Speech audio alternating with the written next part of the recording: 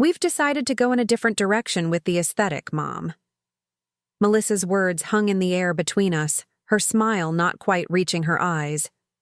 The wedding party should have a certain cohesive look. I hope you understand.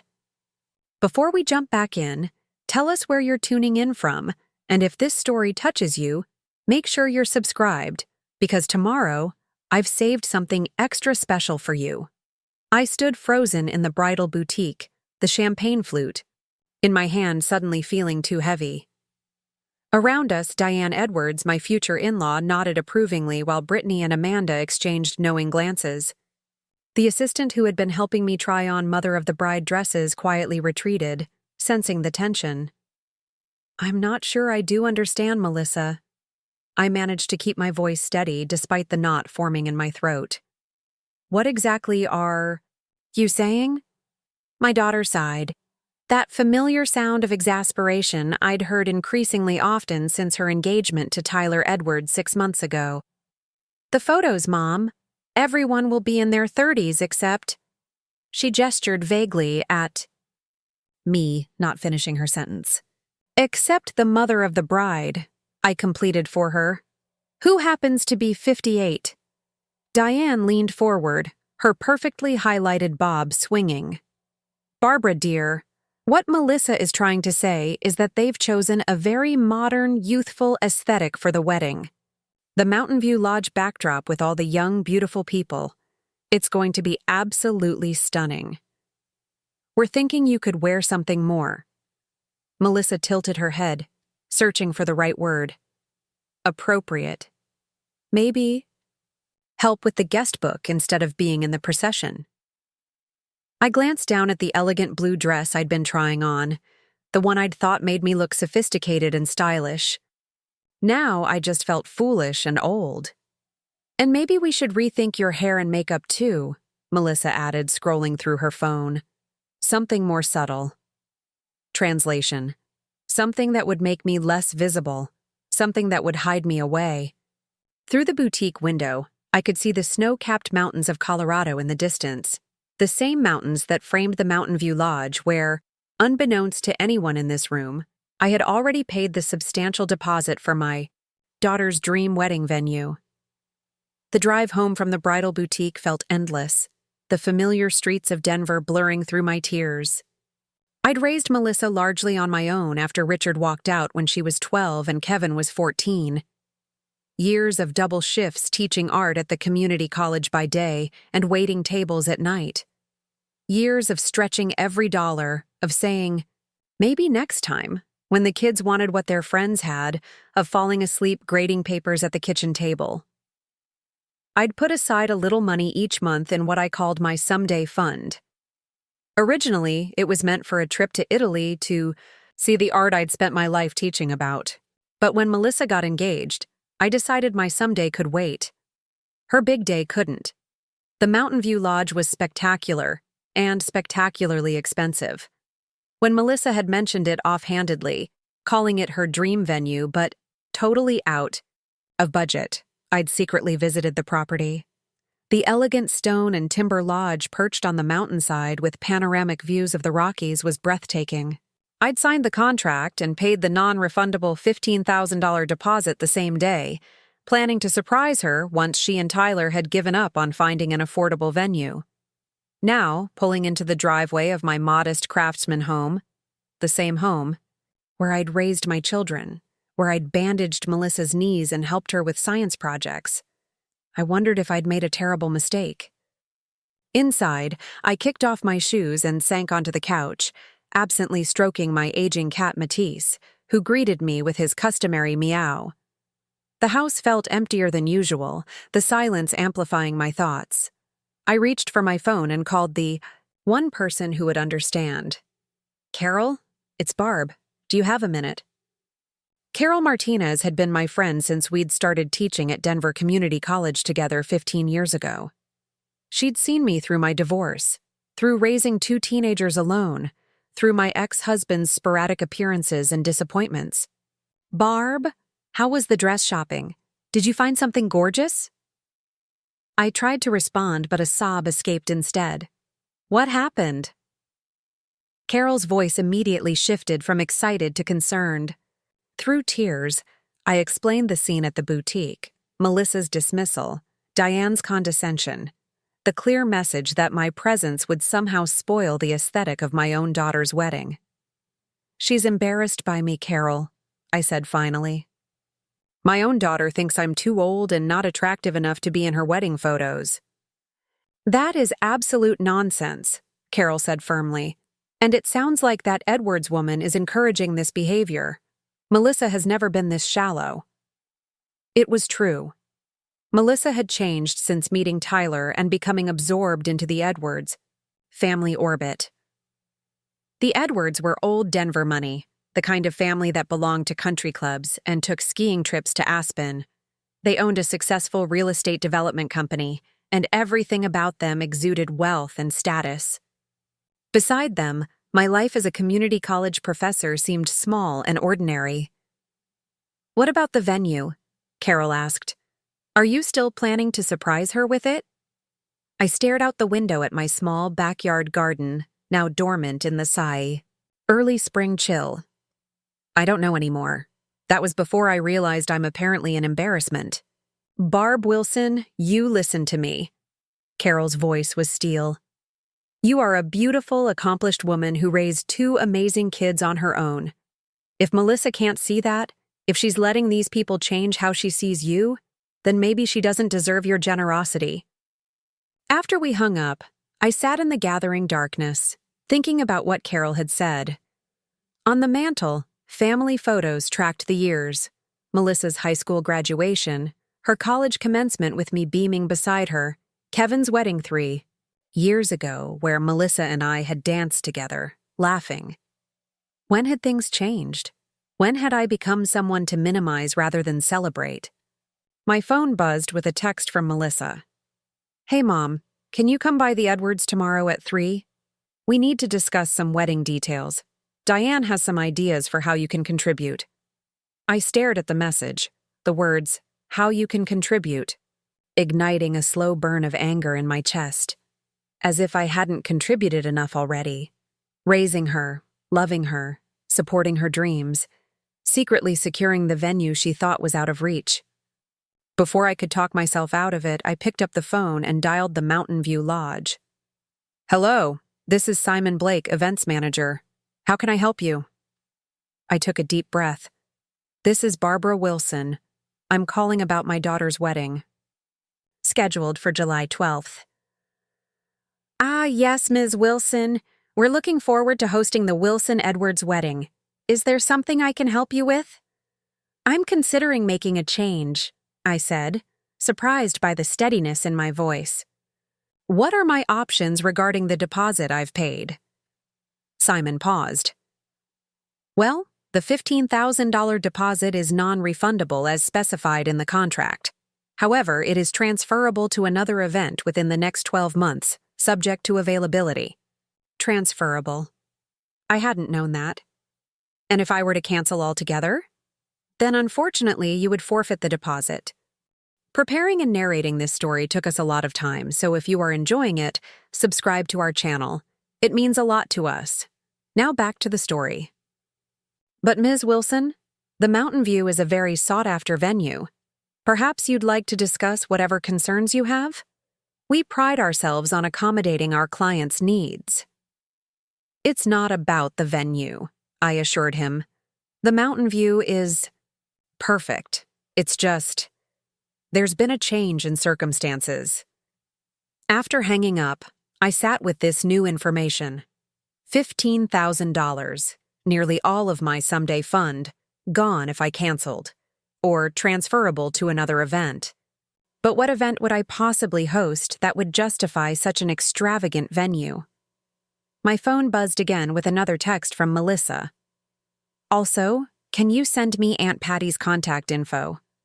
Diane thinks we should reconsider having too many extended family members given the venue size limitations. Need to finalize the guest list this week."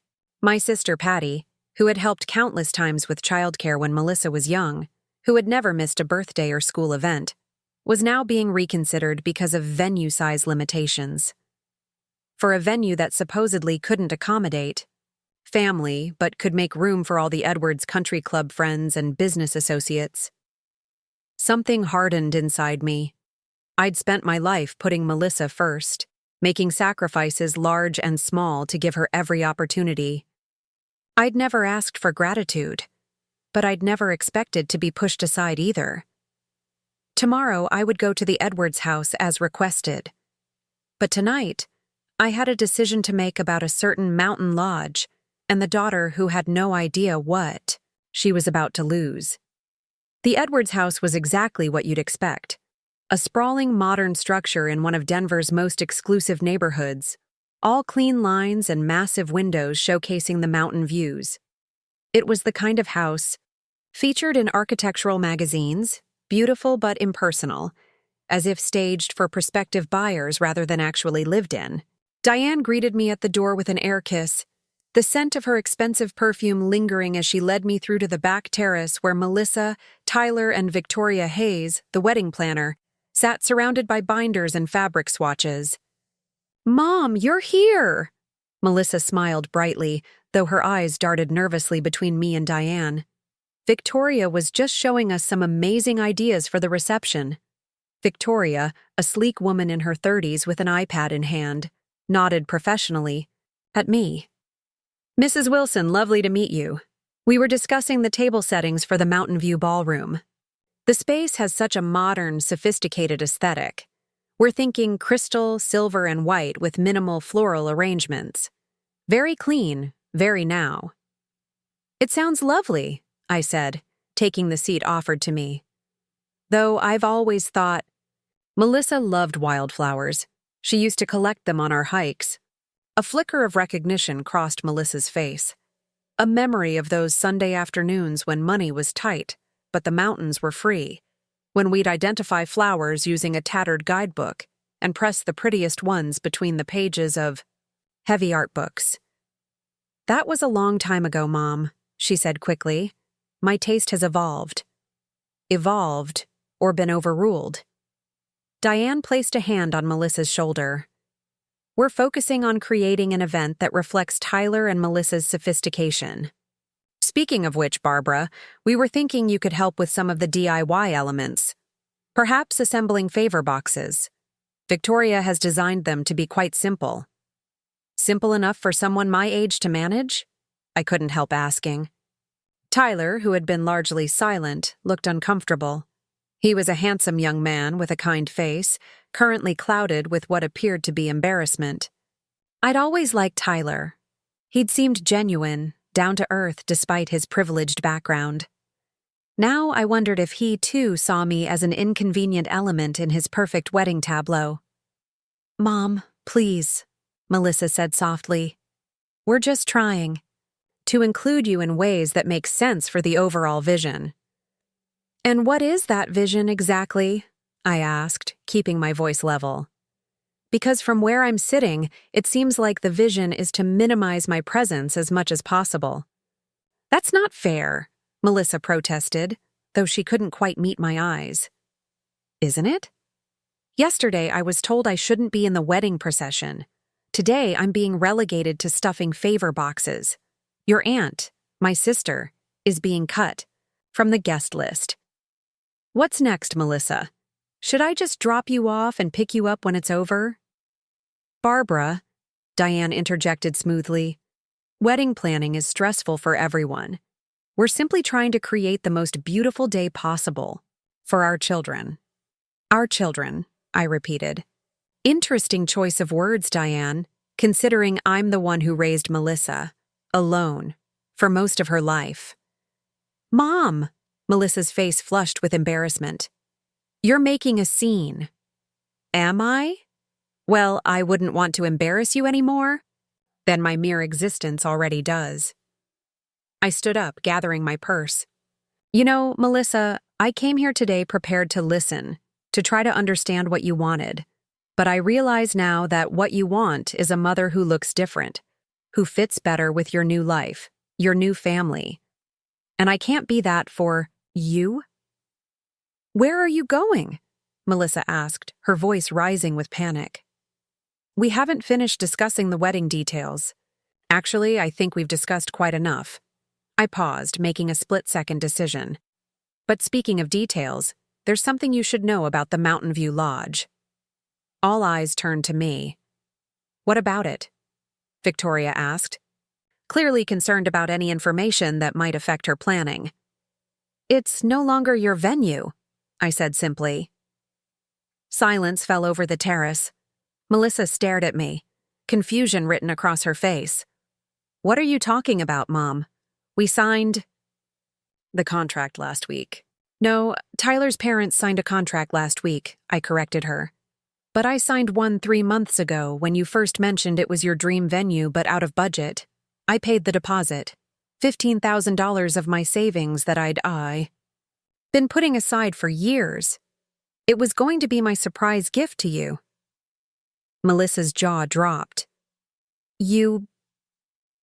What? You paid for the Mountainview? I did, but given recent developments, I've decided to repurpose that deposit. I looked directly at Diane, whose perfectly composed face had finally cracked to show genuine shock. The deposit is non-refundable, but it is transferable, so I'll be hosting a different event there instead. You can't do that, Diane said, finding her voice. That's vindictive. No, Diane. Vindictive would be letting Melissa discover on her wedding day that the venue she thought was paid for actually wasn't. I'm simply redirecting my gift to somewhere it will be appreciated. Tyler, who had been watching this exchange with growing distress, finally spoke. Mrs. Wilson, there's clearly been a misunderstanding. Melissa loves and respects you. We all do. I softened slightly at his evident sincerity. Tyler, I believe you mean well, but this isn't just about a venue or a wedding. This is about respect, about recognition of who I am in my daughter's life.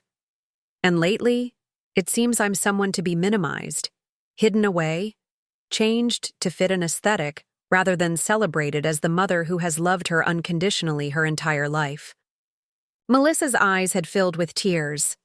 Mom, I never meant to hurt you. I just wanted everything to be perfect. Perfect for whom, Melissa? For your Instagram photos? For Diane's country club friends? Because the daughter I raised understood that perfection isn't about appearances. It's about authenticity and love. With that, I turned and walked through the house, past the sleek furniture and minimalist art that represented everything I was apparently not. Sophisticated, polished, worthy of being prominently displayed. Outside, I took a deep, shuddering breath of the crisp Colorado air. My hands trembled as I fumbled for my car keys. Had I really just done that? Had I really just canceled the venue for my only daughter's wedding? As I slid into my car, my phone began to ring. Melissa. I let it go to voicemail. Then it rang again, and again. Finally, I answered. Yes? Mom, please come back. Melissa's voice was thick with tears. We need to talk about this. I think I've said everything I needed to say. But the venue, the deposit. Mom, how could you? How could I? I repeated, incredulous. Melissa, I spent $15,000, money I'd been saving for years to finally see Italy, on a venue for you. A surprise gift because I love you, because I wanted your day to be special. And how was I repaid? By being told I'm too old to stand beside you, that I should hide in the background so I don't spoil your pictures. I never said you were too old, she protested. Not in those exact words, no. But the message was clear. And it wasn't just yesterday, Melissa. It's been building since you got engaged. The subtle suggestions that I update my look, the comments about how different I am from Diane and her friends, the gradual exclusion from wedding decisions. Do you know how that feels? To be erased by your own child? There was silence on the other end of the line. Then quietly, I'm sorry. 2 small words. Yet somehow insufficient against the weight of the hurt I'd been carrying. I'm going home now, I said finally. I think we both need some time to think. What about the venue? Melissa asked, her voice small. Mom, we can't afford the Mountainview without your help. I know, I said simply. Choices have consequences, Melissa. You made yours. Now I've made mine. As I drove home through the familiar streets of my middle-class neighborhood, so different from the rarefied air of the Edwards world, I felt a confusing mix of emotions. Guilt, certainly, at having taken such a dramatic step, but also, surprisingly, a sense of liberation. For perhaps the first time since Melissa's engagement, I had stood up for my own worth, rather than automatically sacrificing for her. The question now was, where did we go from here? The silence of my house felt deafening after the confrontation at the Edwards home. I moved through the familiar rooms in a daze, touching the worn edges of furniture that had witnessed my children grow up, that had held the weight of our family history through good times and hard. Each piece told a story. The dining table where we'd celebrated birthdays and struggled through homework, the couch where I'd held Melissa through her first heartbreak, the armchair where I'd fallen asleep countless nights with student papers scattered across my lap. None of it was fancy or expensive. None of it would appear in Architectural Digest. But every scratch and dent represented a life fully lived, a home that prioritized love over appearances. When had that stopped being enough for my daughter? My phone had finally stopped its relentless buzzing. 17 missed calls, 12 from Melissa, 3 from Tyler, 1 from Kevin, and surprisingly, 1 from Tyler's father, Edward Edwards, a name that had always struck me as comically redundant. I couldn't bring myself to listen to the voicemails yet. Instead, I called my son. Kevin answered on the second ring. Mom? What's going on? Melissa just called me crying, saying something about you canceling her wedding venue. I sank into my armchair, suddenly exhausted. It's complicated, honey. Well, uncomplicate it for me. Melissa's saying you paid for the Mountainview Lodge without telling anyone and then just took it away? That doesn't sound like you. Did she tell you why? I asked quietly. Kevin hesitated. She said you were upset about some comments. About your dress for the wedding. I laughed, though there was no humor in it. That's quite the understatement. Your sister and her future mother-in-law have been systematically pushing me into the background, Kevin. Yesterday, I was told I'm too old to be in the wedding procession because I'd ruin the aesthetic. Today, I was assigned to stuffing favor, boxes in the back room while Diane Edwards makes all the decisions. Oh, and Aunt Patty's being cut from the guest list because there supposedly isn't enough room, though there's plenty of space for the Edwards Country Club friends. Kevin was silent for a moment. That doesn't sound like Melissa. It didn't sound like her to me either, but apparently, this is who she is now. I sighed, rubbing my temples where a headache was forming. The Melissa I raised would never have treated anyone that way, let alone her own mother. So you canceled her venue? Kevin sounded incredulous. Mom, that's a pretty nuclear option. I redirected my gift, I corrected him. A gift that was never acknowledged, never appreciated, because she didn't even know about it. I was going to surprise her, Kevin. I spent my entire savings, money I'd been putting aside for years to finally see Italy, on that venue deposit because she mentioned it was her dream location but out of budget. Wait, you paid for the Mountainview? That place is insanely expensive. How much? $15,000, I said flatly. Non-refundable, though apparently transferable to another event. Kevin whistled low. Jesus, Mom, that's a lot of money. It was my someday fund. For someday when the kids were grown and I could finally do something just for me.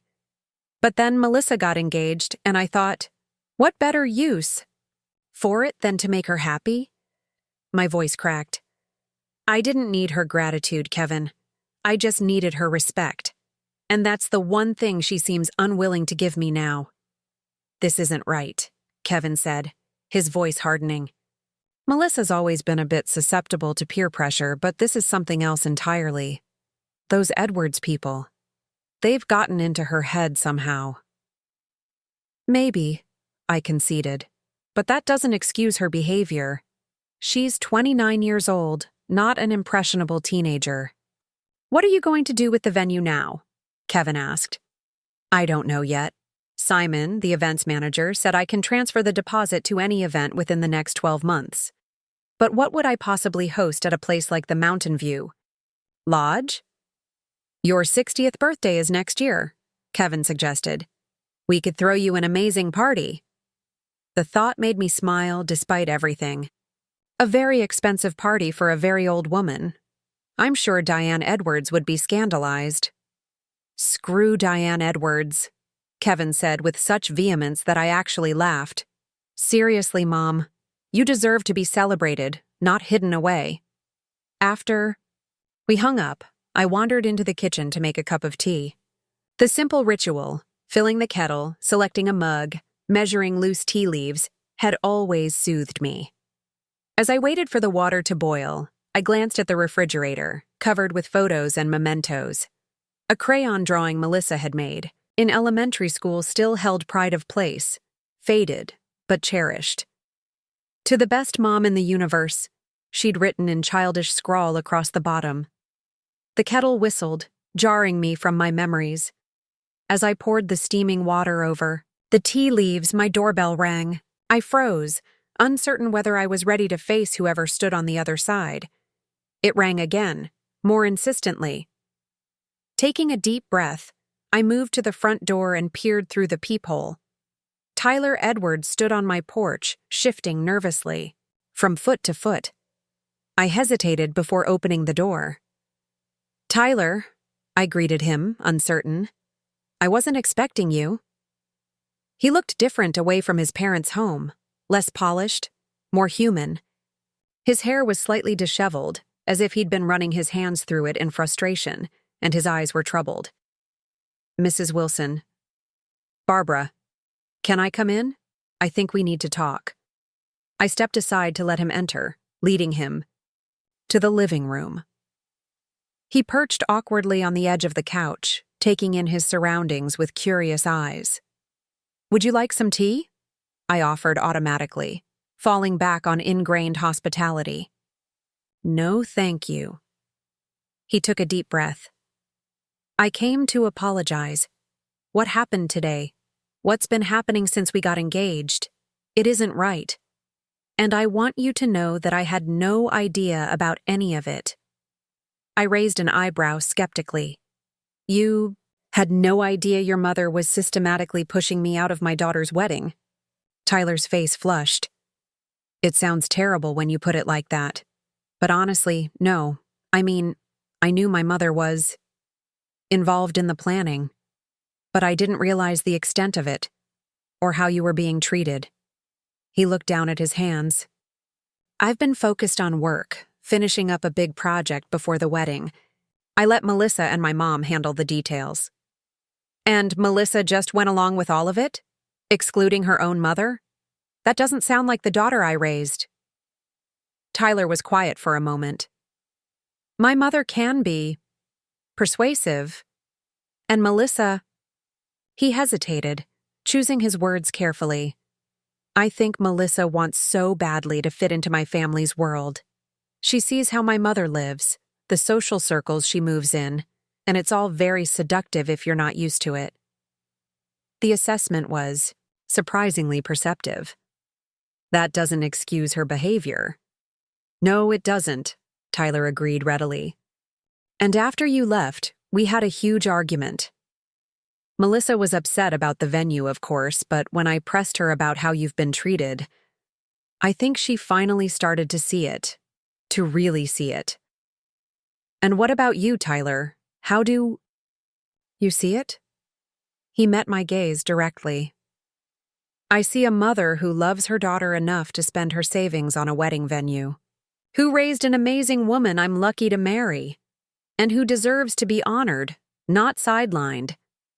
He shook his head. I'm ashamed I didn't notice what was happening sooner.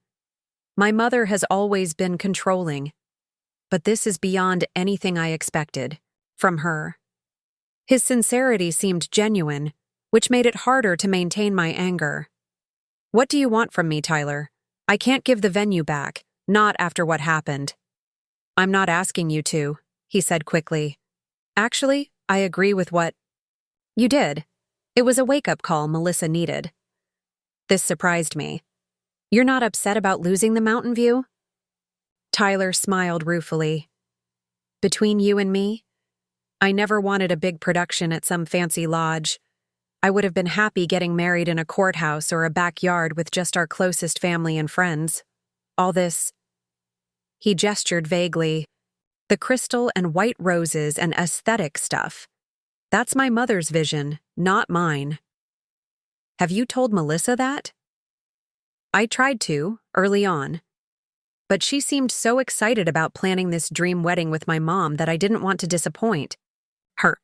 He sighed. I should have spoken up sooner. I studied the young man before me with new eyes. Perhaps there was more depth to him than I'd given him credit for. So, what happens now? I asked. That's up to Melissa. And you. Tyler leaned forward earnestly. She's devastated, Barbara. Not just about the venue, but about realizing how she's hurt you. She's been crying since you left. Good, I said, then immediately felt guilty for the harshness. I don't mean that I want her to suffer, but I needed her to understand the impact of her actions. Words hurt, Tyler. Being told you're an embarrassment by your own child, that leaves scars. I know, he said softly. And she knows it too. Now, she wanted to come see you herself, but she was afraid you wouldn't open the door. She might have been right about that, I admitted. Will you talk to her, please? Not necessarily to fix everything right away, but just to start the conversation? I considered his request. The anger that had fueled my dramatic exit from the Edwards home had cooled somewhat, leaving room for more complicated emotions, hurt, disappointment, but also a lingering love for my daughter that couldn't be extinguished by a single painful episode. I'll talk to her, I said finally. But not tonight. I need some time to process everything. Tyler nodded, relief evident on his face.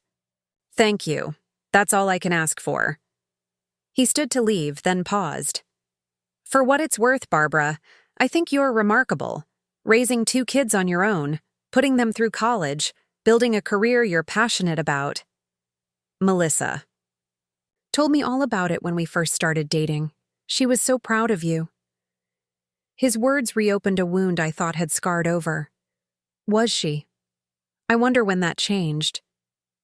I don't think it ever really did, Tyler said thoughtfully.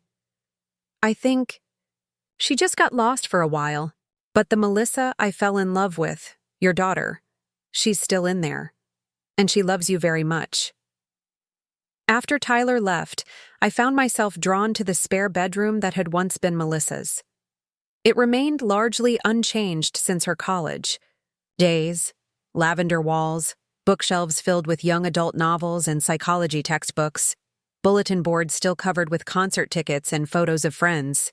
I sat on the edge of her bed, running my hand over the patchwork quilt my mother had made before Melissa was born. On the nightstand stood a framed photograph, Melissa at about 7 years old, sitting on my lap at Red Rocks Amphitheater, both of us grinning widely with ice cream smeared across our faces. I remembered that day perfectly. We'd attended a free concert in the park, splurged on ice cream despite money being tight that month, and laughed until our sides hurt when a sudden wind blew my hat right off my head and down into the amphitheater. "Where did that little girl go?" I whispered to the empty room. My phone buzzed with a text.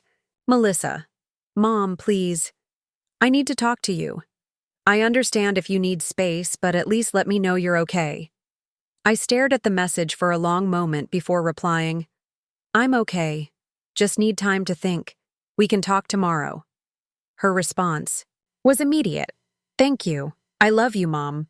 More than I've shown lately. I set the phone down without replying, too emotionally exhausted to untangle the complex knot of feelings her words evoked. The next morning, I woke early after a fitful night's sleep. My first thought was to check my phone, but I resisted, instead, taking Matisse out to the garden with me while I had my morning coffee. The early spring air was crisp, with the promise of warmth later in the day. My garden was just beginning to show signs of life. Tiny green shoots pushing through the soil, buds forming on the rose bushes I'd planted when we first moved in 20 years ago. Gardening had always been my therapy during difficult times. There was something grounding about working with the earth, something reassuring about the predictable cycles of growth and dormancy. I knelt in the soft soil and began gently clearing away dead leaves and debris, making room for new growth. I was so absorbed in my task that I didn't hear the car pull up or the gate open. It wasn't until a shadow fell across me that I looked up to see my sister Patty standing there, concern etched across her familiar face. "Kevin called me," she said by way of explanation. "Told me what happened." I sat back on my heels, brushing dirt from my hands. "Did he also tell you you've been cut from the wedding guest list? Apparently, the Mountainview Lodge can't accommodate family members when there are country club connections to impress." Patty snorted, extending a hand to help me up. I gathered there was some drama. "Come inside and tell me everything." I brought bagels. Over breakfast, I poured out the whole story. The months of subtle exclusion, the bridal shop humiliation, my secret venue payment, the confrontation at the Edwards home, and finally, Tyler's unexpected visit. Patty listened without interruption, her expression cycling through shock, anger, and finally, a kind of grim understanding. "Oh, Barb," she sighed when I finished. "What a mess." "That's all you have to say?" I asked, somewhat deflated by her underwhelming response. She reached across the table to squeeze my hand. "No, that's not all. I think you had every right to be hurt and angry. What Melissa did, what she allowed to happen, was cruel and thoughtless. But what? But I also think you raised a daughter who's better than this. The Melissa I know would never intentionally hurt you this way, which means something else is going on." I frowned, puzzled. Tyler suggested she's been seduced by the Edwards lifestyle, that she wants so badly to fit in that she's lost sight of her own values. "That's part of it, I'm sure," Patty acknowledged. "The Edwards represent a world that's very different from how we grew up, from how you raised your kids, all that money, that social status. It can be intoxicating, especially to someone who grew up counting every penny." The observation stung, though I knew it wasn't meant as criticism. We had counted pennies.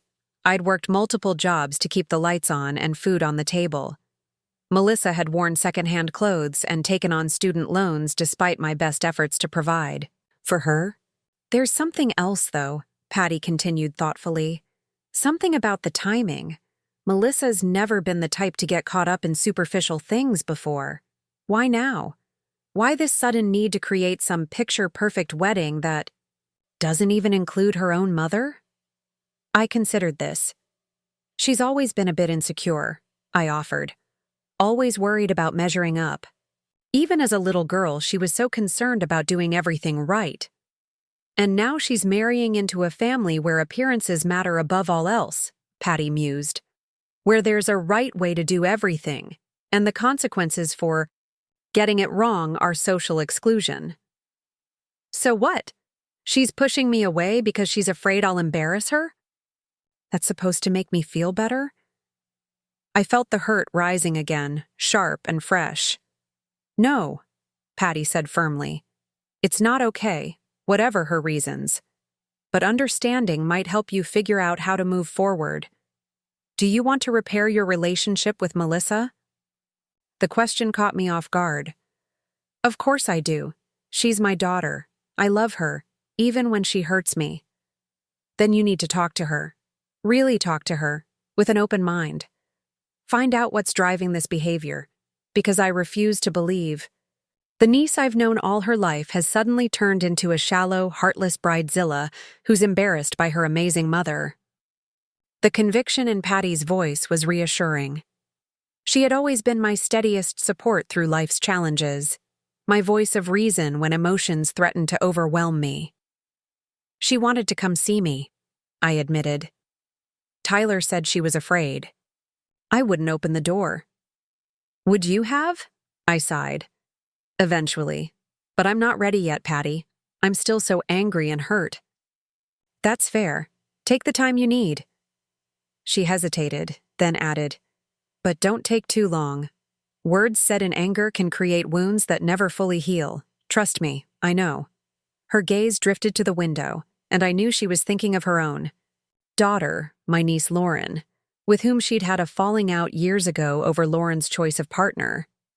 They'd reconciled eventually, but the relationship had never fully recovered its former closeness. I'll call her today, I promised. We'll meet somewhere neutral. Not here, not the Edwards mansion. Patty nodded approvingly. Good. And what about the venue? Any ideas what you'll do with that deposit? Kevin suggested using it for my 60th birthday next year. Now that, Patty grinned, would be poetic justice. A celebration of the mother they wanted to hide away. I love it. After Patty left, I steeled myself and listened to the voicemails that had accumulated. Most were from Melissa, her voice evolving from defensive to desperate to remorseful as the messages progressed. The final one, left late last night, broke my heart despite my lingering anger. Mom, she'd said, her voice thick with tears. I don't know if you're listening to these. I hope you are. I am so sorry. Not just about the venue, though thank you for trying to do something so incredibly generous for me, but for everything. For letting myself become someone I don't recognize anymore.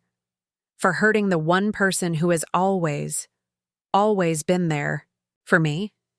I don't expect you to forgive me right away. I miss my mom. Please call me when you're ready. I love you. I took a deep breath and dialed her number. Mom? Melissa answered immediately, her voice tentative and hopeful. Hi, sweetheart, I said, surprising myself with the old endearment. I got your messages. All of them? She asked, sounding mortified. All of them, I confirmed, including the one where you called Diane Edwards a controlling nightmare and threatened to elope. A watery laugh. That was after 3 glasses of wine at Brittany's last night. The hangover I have today seems like karmic justice. The normalcy of the exchange, a mother teasing her daughter about overindulgence, felt like a tiny step back toward familiar ground. We need to talk, Melissa. Really talk. I know, she said softly. Can I come over? I hesitated. I think I'd prefer somewhere neutral. The Copper Kettle, maybe? In an hour? I'll be there, she promised. And Mom? Thank you for agreeing to see me. I know I don't deserve it. The Copper Kettle was a small cafe where I'd often taken the kids for special treats when they were young. Hot chocolate and cinnamon rolls that were slightly beyond our regular budget but worth every penny for the joy they brought. It had evolved over the years into a hipster coffee shop, but they still made those same cinnamon rolls from the original recipe. I arrived early, securing a quiet table in the corner away from the morning rush of laptops and lattes. As I waited, I found myself absently shredding a napkin, a nervous habit I thought I'd outgrown decades ago. When Melissa walked in, I almost didn't recognize her. Gone was the polished, Edwards-adjacent persona of recent months. Instead, she looked like my daughter again. Hair pulled back in a simple ponytail, minimal makeup revealing the light sprinkle of freckles across her nose, dressed in jeans and an old University of Colorado sweatshirt I'd given her for Christmas years ago. Our eyes met across the cafe, and for a moment, I saw the little girl from the photograph, open, vulnerable, seeking approval. Then she squared her shoulders and walked over to my table. Hi, Mom. she said softly. Melissa, I nodded, gesturing to the chair across from me. You look more like yourself today.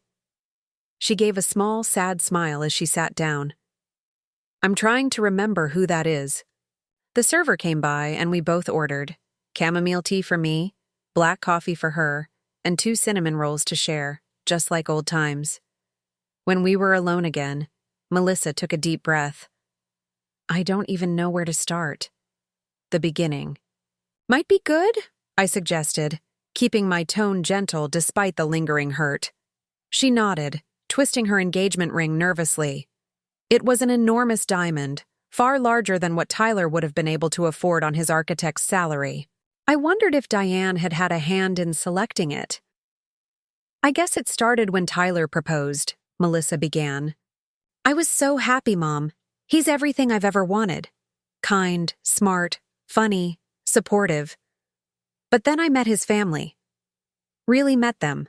Not just the polite dinner version I'd seen before. And they were so different from us. Different how? I prompted, though I had a pretty good idea. Everything about them is so perfect. Their house looks like it belongs in a magazine. Diane belongs in a magazine. They have the right clothes, the right connections, the right way of talking about everything. Nothing is ever out of place or imperfect. She looked down at her hands. And they made me feel like I wasn't good enough. Oh, Melissa. Despite everything, my heart ached for her. Not Tyler, she clarified quickly. Never Tyler. But his parents, especially Diane. She has this way of making suggestions that aren't really suggestions. Like how my career in marketing is adorable. But maybe I should consider something less demanding after the wedding. Or how my hair color might photograph better if I went 2 shades lighter. Or how my childhood stories about camping in state parks were charming, but perhaps not appropriate for dinner conversations with their friends. The picture she painted was all too familiar. Death by 1,000 cuts to her self-esteem, each one too small to call out in the moment, but devastating in their cumulative effect. When the wedding planning started, it got worse, Melissa continued. Diane had an opinion about everything, and her opinions always seemed to win. The venue, the flowers, the music, the guest list, and I just went along with it. Because I wanted so badly to prove I belonged in their world. And where did I fit into that world? I asked, the question that had been burning inside me. Melissa's eyes filled with tears. That's the worst part, Mom. I let Diane convince me that you would be uncomfortable with the kind of wedding they were planning, that you wouldn't know how to act around their friends, that it would be kinder to give you a less visible role. She shook her head, self-disgust evident in her expression. I actually believed I was protecting you. Can you believe that? When really, I was just protecting their image of what a perfect society wedding should look like. And that's why you told me I was too old for the wedding party, I said, needing to hear her acknowledge it directly. Yes, she whispered, a tear spilling down her cheek. And it was cruel and horrible and not true. You're beautiful, Mom. You've always been beautiful to me. I don't know how I let myself forget that. The server returned with our order, giving us both a moment to compose ourselves. The cinnamon rolls were exactly as I remembered. Enormous, gooey, slightly underbaked in the center just the way we liked them. You paid for the Mountainview, Melissa said after the server left, her voice tinged with wonder. You spent your Italy fund on my wedding venue. I did, I confirmed. It was going to be my surprise. I was so excited about it, imagining your face when you found out. And instead, you heard me saying those awful things at the bridal shop. Fresh tears filled her eyes. Mom, I am so sorry. I don't expect you to forgive me right away. What I did was unforgivable. Nothing between a mother and daughter is unforgivable, I said, surprising myself with the certainty of it. Hurtful? Yes. Disappointing? Absolutely. But not unforgivable. Even after I let you be pushed aside, After I prioritized fitting in with the Edwards over honoring my own mother, I considered this. I won't pretend it didn't hurt, Melissa. It did. It still does. But I also understand something about wanting to belong, about feeling like you're not good enough. I've spent my whole life feeling that way in one context or another. She looked startled. You have? But you always seem so confident, so sure of yourself and your values. Now, perhaps, but it took me a long time to get here. I broke off a piece of cinnamon roll, considering how much to share. Did you know that when I first started teaching at the college, I was so intimidated by the other professors, the ones with PhDs from prestigious universities, not a master's degree from a state school, that I would literally rehearse what to say before department meetings? Melissa shook her head, listening intently. For years, I felt like an imposter, like someone would eventually realize I didn't belong there and ask me to leave. I changed the way I dressed, the way I spoke, even some of my opinions to try to fit in. I smiled ruefully. It took me until my 40s to realize that none of that made me happier or more accepted. The only thing that worked was being authentically myself. Flaws, unfashionable opinions, community college degree, and all. How did you figure it out? Melissa asked softly. Gradually, painfully, with plenty of mistakes along the way, I admitted. But eventually I realized that the energy I spent trying to be someone else could be better used becoming the best version of myself. I think I've been trying to be the best version of Diane Edwards, Melissa said with a hint of her old humor. And how's that working out for you? Terribly. I'm exhausted all the time. I've alienated my mother. I'm planning a wedding I'm not even sure I want anymore. And I'm so anxious about everything being perfect that I've stopped enjoying any of it. She pushed her coffee cup aside and leaned forward earnestly. I don't want to be that person. Mom, I want to be me again. I want that too, I said, reaching across the table to take her hand. I've missed my daughter. What do we do now? She asked, vulnerability written across her face. About the wedding? About everything? That depends on what you truly want, not what Diane Edwards wants, not what you think will impress the country club crowd. What does Melissa Wilson want for her wedding day? She was quiet for a long moment, considering. I want a day that feels like us, like Tyler and me. Something meaningful, not just pretty. I want the people I love most to be there and to be part of it, especially you. And I don't want to start my marriage with this cloud hanging over us. That's a good place to start, I said, feeling the first stirrings of hope that we might find our way back to each other. What about the venue? She asked cautiously. I understand why you canceled it, Mom. I don't blame you at all.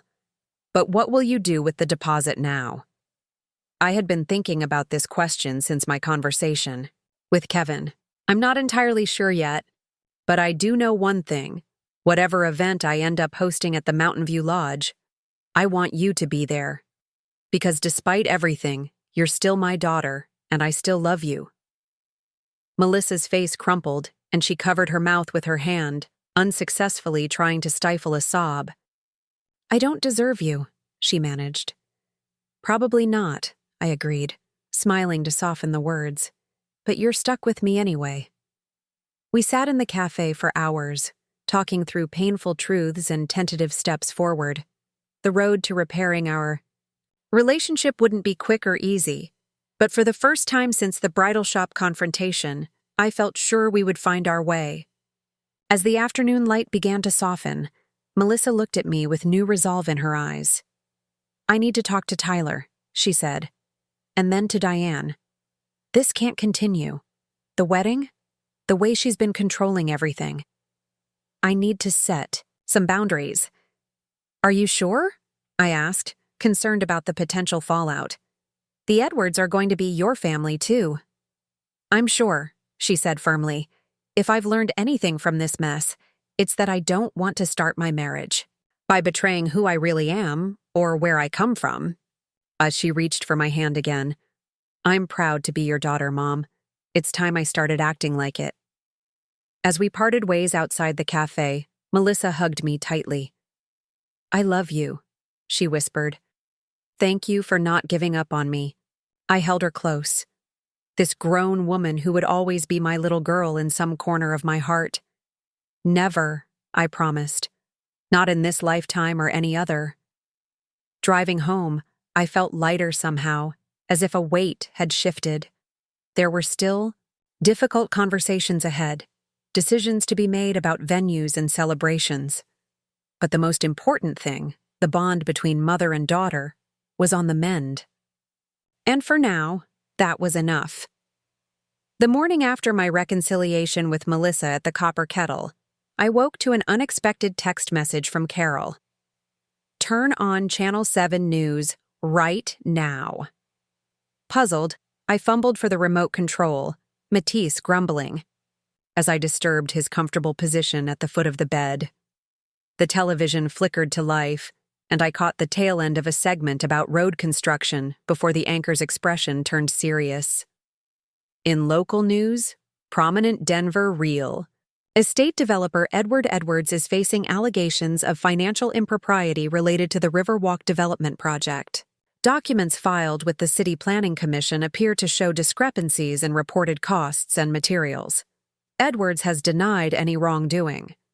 His company, Edwards Development Group, is behind several major projects in the Denver metro area, including the controversial Highlands Tower. My mouth fell open as Edward Edwards' professional headshot appeared on screen, alongside footage of a gleaming glass high-rise under construction. The anchor continued. The allegations come at an awkward time for the Edwards family, as they prepare for their son Tyler's wedding to marketing executive Melissa Wilson later this summer. I sat bolt upright, sending Matisse fleeing from the pose, bed in protest. They had mentioned Melissa by name on the local news. The segment moved on to weather, but I barely registered the forecast as I reached for my phone to call my daughter. Busy signal. Of course. I tried Tyler next, straight to voicemail. Finally, I called Carol. Did you see it? She asked without preamble. I caught the end. What else did they say? Not much more than what you heard. But apparently it's all over social media. Someone leaked documents showing that Edwards cut corners on several projects using substandard materials while charging premium prices. There's talk of an investigation. I sank back against my pillows, thinking of Diane Edwards and her obsession with appearances, with everything being perfect. What would she make of this very public, very messy scandal? Do you think Melissa knew this was coming? Carol asked. No, I said firmly. She would have mentioned it yesterday. We spent hours talking through everything. I paused, thinking of the timing. Although, she did say she needed to talk to Tyler and then confront Diane about the wedding. I wonder if this is related. Somehow. How would allegations against Tyler's father be related to your wedding venue drama? I don't know, I admitted, but it seems like an awfully big coincidence. After hanging up with Carol, I tried Melissa again. This time she answered, her voice tight with stress. Mom, I can't talk long. It's crazy here. I just saw the news. Are you okay? She laughed, a brittle sound with no humor in it. Define okay. I'm currently hiding in Tyler's childhood bedroom while the Edwards family has a complete meltdown downstairs. Diane is convinced this is some sort of conspiracy against them. Edward is shouting at his lawyer on the phone, and Tyler... Her voice softened. Tyler's actually being amazing. He's so calm, saying none of it matters as long as we have each other. Do you know what's really going on? Are the allegations true? Melissa was quiet for a moment. Tyler says yes.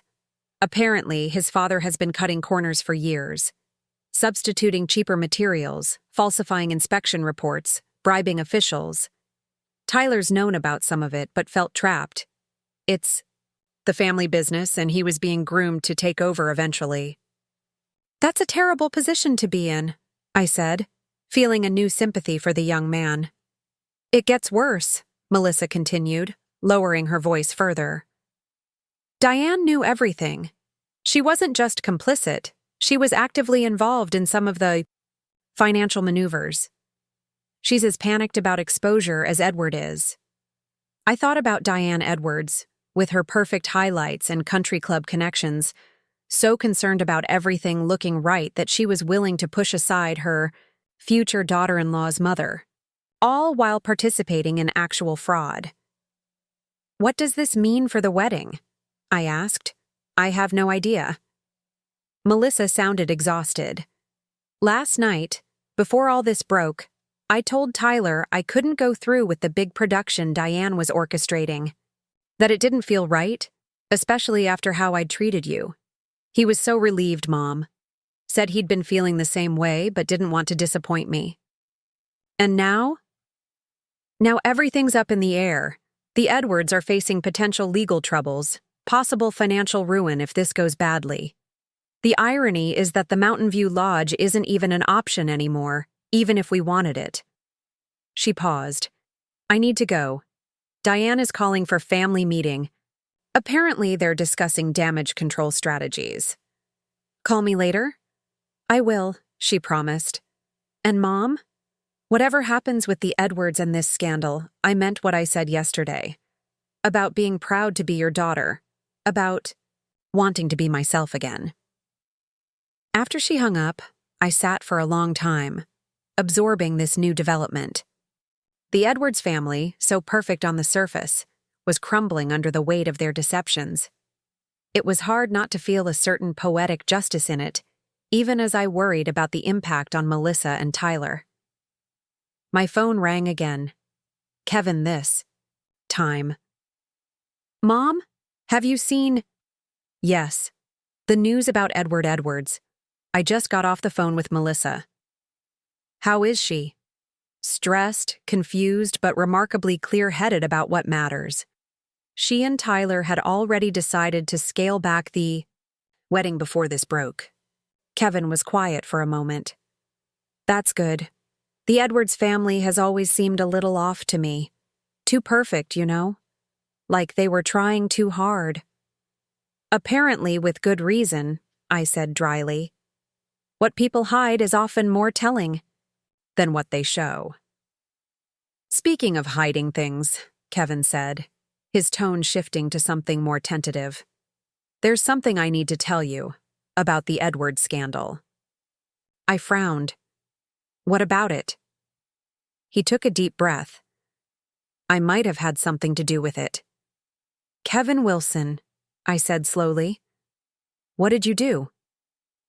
After we talked the other day, after you told me how Melissa and the Edwards had been treating you, I was furious. I mean really angry, Mom, so I did some digging. Digging? I repeated, a sinking feeling in my stomach. Just some basic research at first. The Edwards Development Group has been involved in some controversial projects over the years. There were rumors about inspection shortcuts, material substitutions, nothing that ever stuck. Kevin, I said warningly, I have a friend who works for the city planning department, he continued, rushing now as if afraid I'd interrupt. She's always had suspicions about the Edwards projects but could never prove anything. So I asked her to take another look. Off. The record. Oh my God. She found discrepancies, Mom. Big ones. Documented evidence of fraud. She took it to her supervisor, who took it to the commission, and, well, you saw the news. I closed my eyes, trying to process what my son was telling me. Let me get this straight. You initiated an investigation into Tyler's family business because they were mean to me at a bridal shop? When you put it like that, it sounds petty, Kevin said defensively. But it wasn't just about that. It was about them thinking they could treat people badly and get away with it because of their money and connections. It was about justice. Justice, I repeated flatly. Kevin, do you realize what you've done? This could destroy Melissa's relationship with Tyler's family. It could impact her career if she's publicly associated with a scandal. It could even affect her and Tyler financially if his father's business collapses. Or, Kevin countered, it could free Tyler from having to participate in his family's corrupt business practices. It could help Melissa see the Edwards for who they really are instead of this perfect facade they present. And it could give you back your rightful place in her life. I ran a hand through my hair, torn between maternal pride at my son's fierce protectiveness and horror at the potential fallout. You should have talked to me first. Would you have stopped me? Probably, I admitted. But that doesn't mean you shouldn't have given me the choice. Kevin was silent for a moment. I'm sorry, Mom. I just couldn't stand seeing you hurt like that. And once my friend started looking, it snowballed quickly. The evidence was right. There, barely hidden. What's done is done, I said finally. But you need to tell Melissa. She deserves to know that her brother played a role in this. I will, he promised. Today, if I can reach her. After hanging up, I sat at my kitchen table, staring into my cooling coffee. The situation had escalated far beyond wedding venues and mother-of-the-bride dresses. Now we were dealing with potential criminal charges, media attention, and family loyalties tested on all sides. My doorbell rang, jarring me from my thoughts. Through the peephole, I was shocked to see Diane Edwards herself standing on my porch, looking considerably less polished than usual in a simple blouse and slacks, her hair pulled back in a hasty ponytail. For a moment, I considered pretending. I wasn't home, but curiosity won out and I opened the door. "Barbara," she said, her voice strained but still carrying that undertone of condescension I'd come to recognize. "May I come in? I need to speak with you." I hesitated, then stepped aside to let her enter. Her eyes darted around my modest living room, taking in the comfortable but worn furniture, the bookshelves crowded with art books and family photos, the unmatched throw pillows Melissa had picked out years ago because she liked their colors. "Would you like some coffee?" I offered, more out of ingrained hospitality than genuine welcome. "No, thank you." She remained standing, clutching her designer handbag like a shield. "I'll be brief. I assume you've seen the news. About the allegations against Edward?" "Yes." Her mouth tightened. "These accusations are greatly exaggerated. A misunderstanding that will be cleared up soon." I said nothing, waiting for her to continue. "The timing of all this is unfortunate," she went on. "Coming right after your dramatic gesture with the Mountainview Lodge, it creates a certain impression."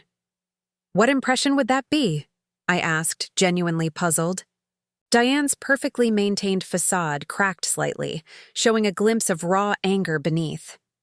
"Don't play innocent, Barbara. This vendetta against my family, first the wedding venue, now this media circus. It's gone far enough."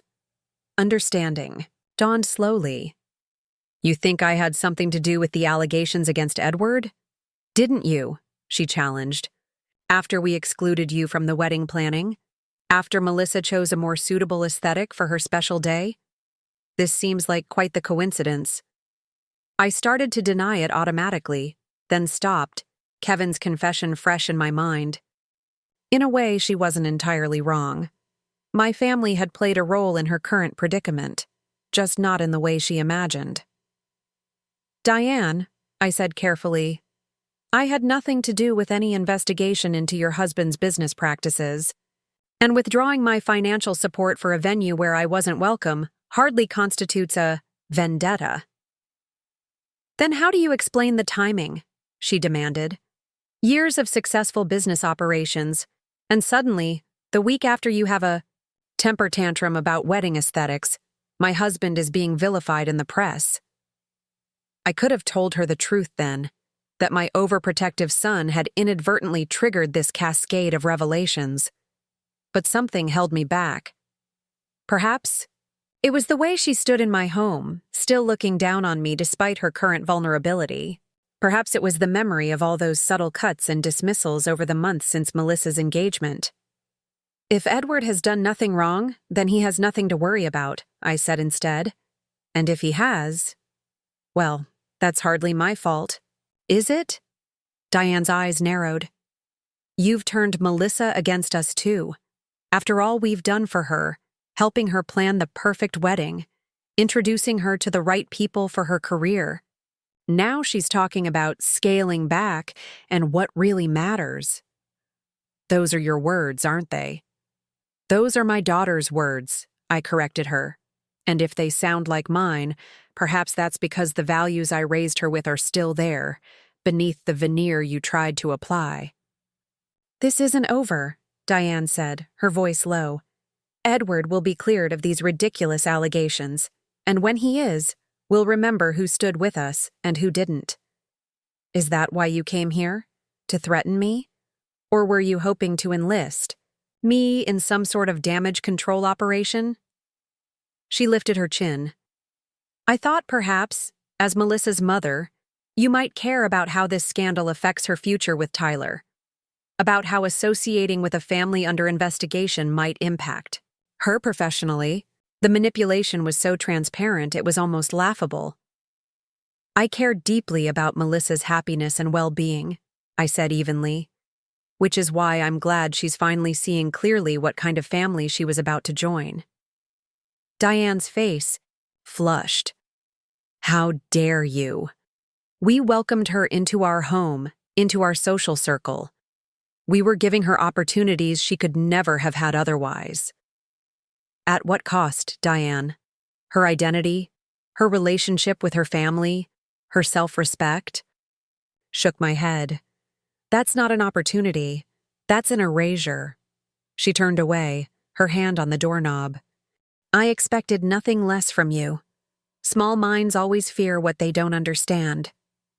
What I understand perfectly, I said to her back, is that real worth isn't measured in square footage or social connections or the right aesthetic. It's measured in integrity, in kindness, in how you treat others when no one is watching. I paused. Or when everyone is watching, as your family is about to discover. After Diane left, I sat down heavily, my heart racing from the confrontation. I hadn't intended to be so blunt, but her assumptions and accusations had triggered something fierce and protective in me. Not just for myself, but for Melissa, who had been manipulated by this woman's impossible standards. My phone rang. Melissa again. Mom? She sounded upset. Did Diane just come to your house? Yes, I admitted. How did you know? She announced she was going to talk some sense into you before storming out. Tyler tried to stop her, but she was on a mission. What did she say to you? I considered softening the exchange, but decided Melissa deserved the truth. She accused me of being behind the allegations against Edward, suggested I was turning you against them out of spite. That's insane, Melissa said heatedly. As if you would orchestrate something like this over a wedding disagreement. I hesitated, thinking of Kevin's revelation. About that. There's something you should know. It wasn't me, but Kevin may have inadvertently started this ball rolling. Silence on the other end of the line. Then, what are you talking about?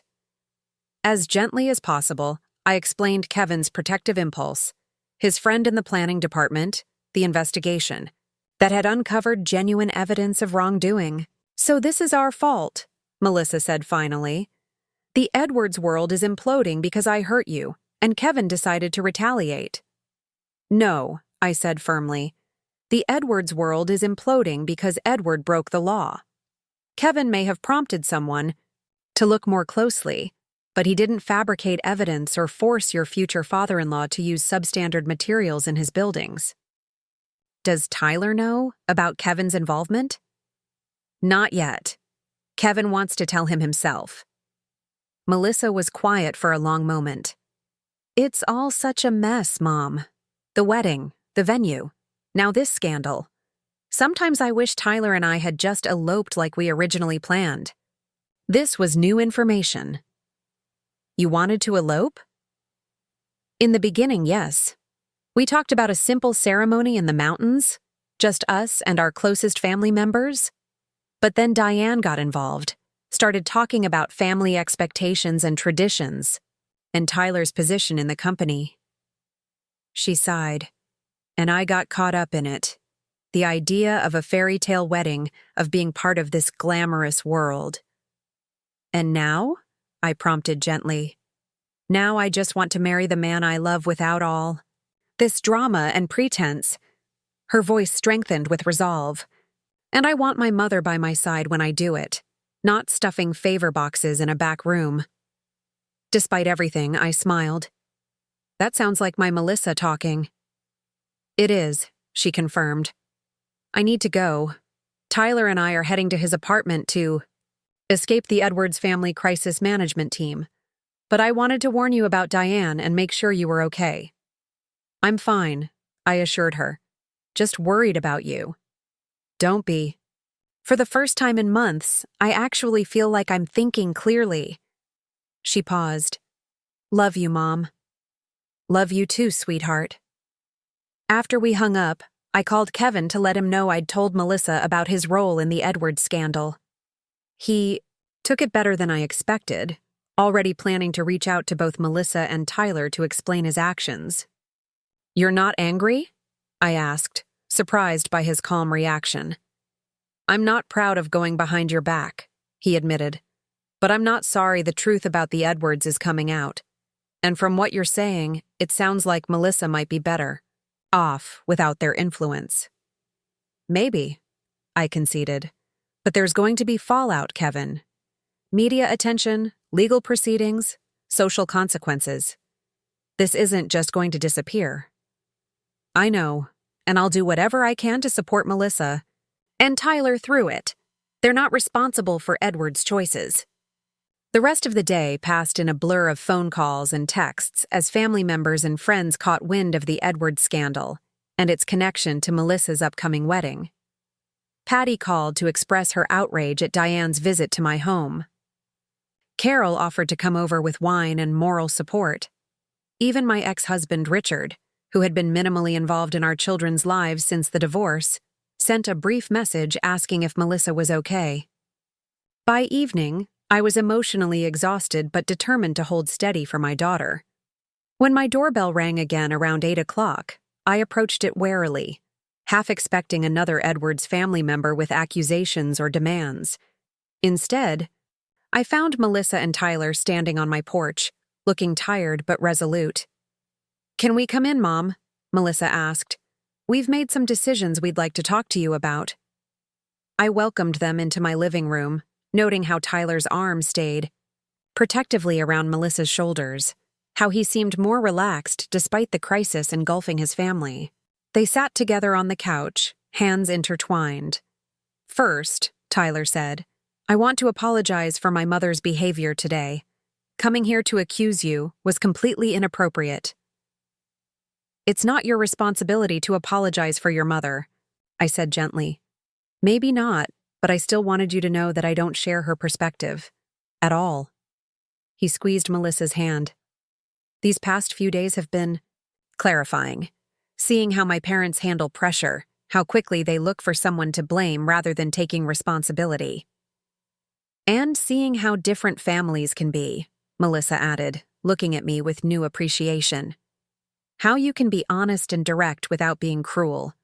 How you can be hurt but still willing to listen and understand. We've been talking, Tyler continued, about what we really want. Not just for the wedding, but for our life together. And we realized we've been letting other people, my parents, especially, dictate too many of our choices. So we've decided to start over, Melissa announced. With the wedding plans, I mean. Start over? I echoed. She nodded. We're canceling the Edwards version of the wedding. All of it. The country club reception, the designer dress I don't even like, the extended guest list full of people I've never met. We're going back to our original idea. The elopement? I asked, remembering our earlier conversation. Not quite an elopement, Tyler said with a smile, but something small, meaningful, and authentic. And most importantly, something that includes the people who truly care about us, not as accessories or photo opportunities, but as essential parts of our day. "We want to get married at Riverstone Park," Melissa explained, her eyes shining with excitement. "You remember, Mom? Where we used to have family picnics when I was little? There's that beautiful gazebo by the water." I did remember. Riverstone Park had been our weekend refuge during the leanest years after Richard left, a free outing where the kids could run and play while I graded papers on a picnic blanket. The gazebo Melissa mentioned was a charming Victorian structure that had featured in countless family photos over the years. "It's perfect," I said sincerely. "But what about the logistics? Riverstone is a public park." "We've already looked into it," Tyler said. "They do allow small ceremonies with a permit. And there's the Garden Terrace Event Center right across from the park that can host a simple reception. Nothing fancy, but it has that mid-century modern charm that we both love." "And the best part," Melissa added, "is that it's available next month. We don't want to wait." "Next month?" I repeated, surprised. "That soon?" "We don't need a lot of time to plan the wedding we actually want," Melissa explained. "Just family and our closest friends. Good food, some dancing, no pretense." She leaned forward earnestly. "And Mom, I want you to be my matron of honor." The request caught me completely off guard.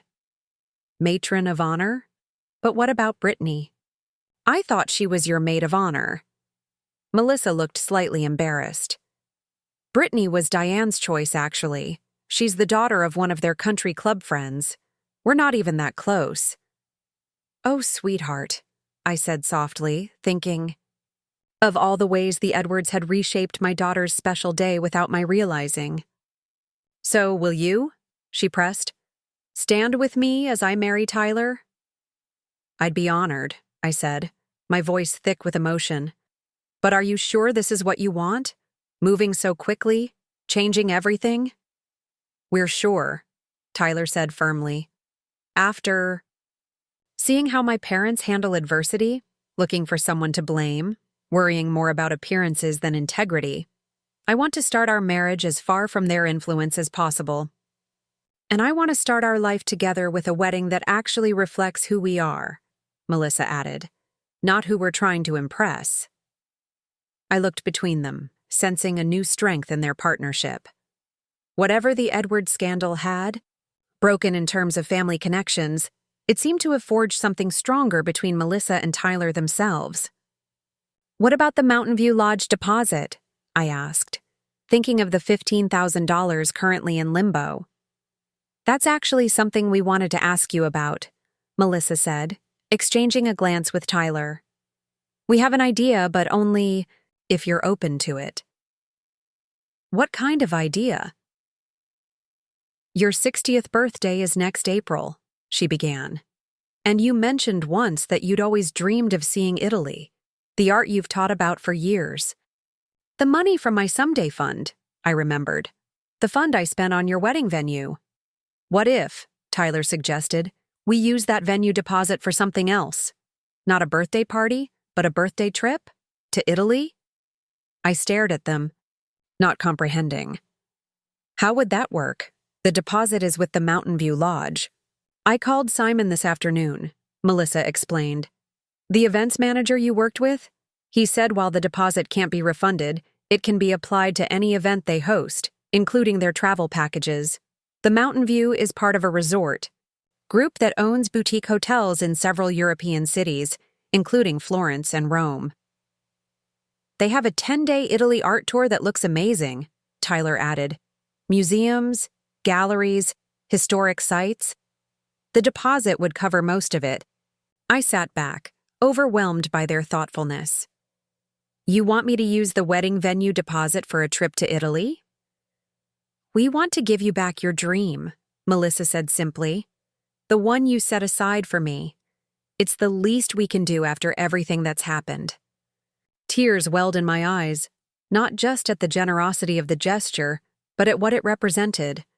My daughter finding her way back to the person I'd raised her to be. "You don't have to decide right away," Tyler assured me. but the option is there if you want it. And if you'd rather use it for something else, that's completely fine too, Melissa added quickly. We just wanted you to know that your gift doesn't have to go to waste. I looked at these two young people sitting in my modest living room, offering me back a dream I'd willingly sacrificed. Despite the scandal engulfing the Edwards family, despite the upheaval of canceled wedding plans and shifted expectations, they had found clarity and purpose together. Let me think about it, I said finally. Right now, I'm more focused on your wedding, the real one, at Riverstone Park. Melissa's face lit up. It's going to be beautiful, Mom. Simple, meaningful, with only the people who truly matter to us. The way it always should have been. As we spent the next hour discussing their new vision, wildflower bouquets instead of formal arrangements, Tyler's college friend who played guitar for the ceremony, a color palette inspired by the park's natural beauty, I felt a profound sense of rightness settle over me.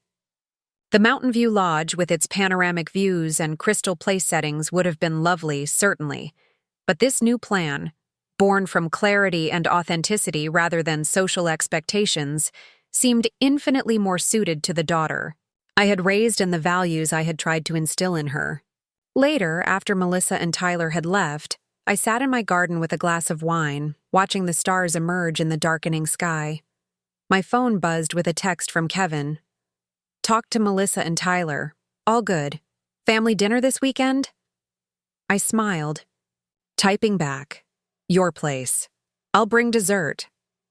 Another text came through, this one from Melissa. Forgot to say earlier. Found the perfect mother of the bride dress at that little boutique on Pearl Street. Blue, like your eyes. Not hidden away. In the background. Right up front where you belong. My eyes filled with tears again, but this time, they were purely tears of joy. Whatever happened with the Edwards scandal, whatever came next for all of us, one thing was beautifully clear. My daughter had found her way home. The weeks following the Edwards scandal unfolded with a flurry of activity. While Edward and Diane battled mounting legal troubles and media scrutiny, Melissa and Tyler threw themselves into planning their reimagined wedding with an energy and joy that had been notably absent from the original preparations. My dining room table became wedding central, covered with sketches, fabric swatches, and handwritten lists. Where the Edwards version had been delegated to professionals and dictated by tradition, this new vision was collaborative and personal. Tyler's architectural training emerged in detailed drawings of the gazebo decorated with wildflower garlands. Melissa's marketing creativity showed in the simple but elegant invitations she designed herself. What do you think of these centerpieces, Mom? Melissa asked one evening, showing me a prototype, a small wooden box filled with potted herbs and wildflowers. We thought guests could take them home afterward, something useful and lasting, unlike those crystal swans Diane had selected. They're beautiful, I said honestly, and they smell wonderful. That was Tyler's idea, she said, a soft smile playing on her lips. He remembered how I always talked about your garden growing up, how you taught me the names of all the herbs and what they were used for. It was a small detail, but it touched me deeply. Evidence that Tyler had been listening to Melissa all along, storing away the things that mattered to her, even as his parents pushed their own agenda. Kevin arrived, letting himself in through the back door as he'd done since childhood. Wedding committee still in session? He teased, dropping his laptop bag on a kitchen chair. Just wrapping up, Melissa assured him. Have you talked to Tyler today? Kevin's expression grew serious. Yeah, just got off the phone with him. The preliminary hearing didn't go well for Uncle Edward. Though they weren't yet officially family, Kevin had taken to calling Tyler's parents Uncle Edward and Aunt Diane, with a sarcastic edge that made Melissa roll her eyes but never actually object. How's Tyler handling it? I asked, concerned. Despite the young man's determination to distance himself from his parents' values, this was still his family facing potential criminal charges. Better than you'd expect, Kevin said, helping himself to leftovers from the refrigerator.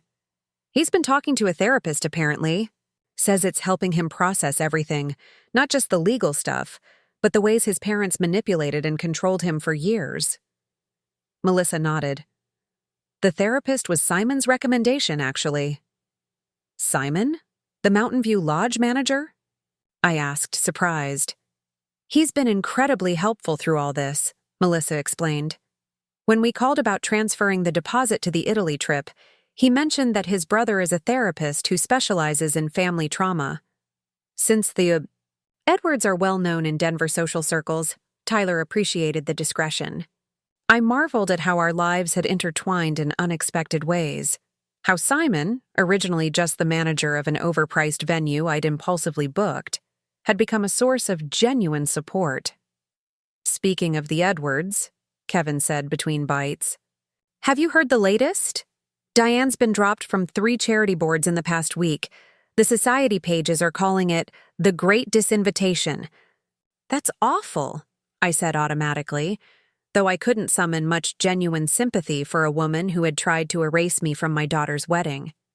Is it, though? Kevin raised an eyebrow. After the way she treated people? After how she treated you? Kevin, I chided gently. Just because someone behaves badly doesn't mean they deserve public humiliation. Maybe not, he conceded. But consequences? Those they definitely deserve. Melissa had grown quiet, absently arranging and rearranging the herbs in the centerpiece. Tyler says his mother hasn't left the house in days, she said softly. She's afraid of running into people she knows, of seeing the judgment in their eyes.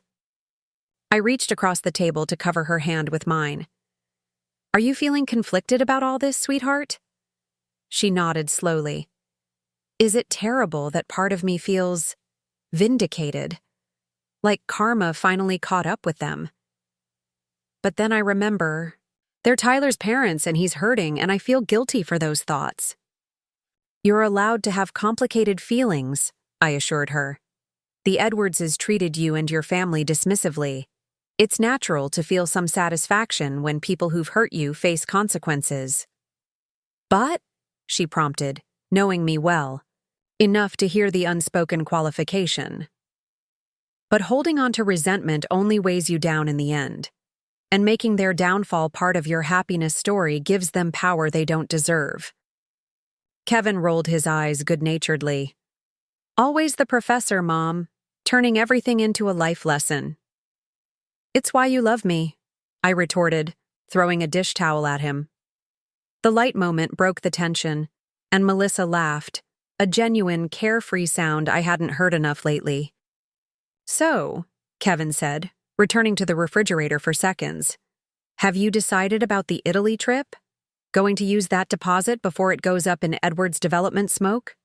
I'm still thinking about it, I said, though in truth the idea had taken root in my imagination, walking the corridors of the Uffizi Gallery, standing before Michelangelo's David, sipping espresso in a Venetian piazza.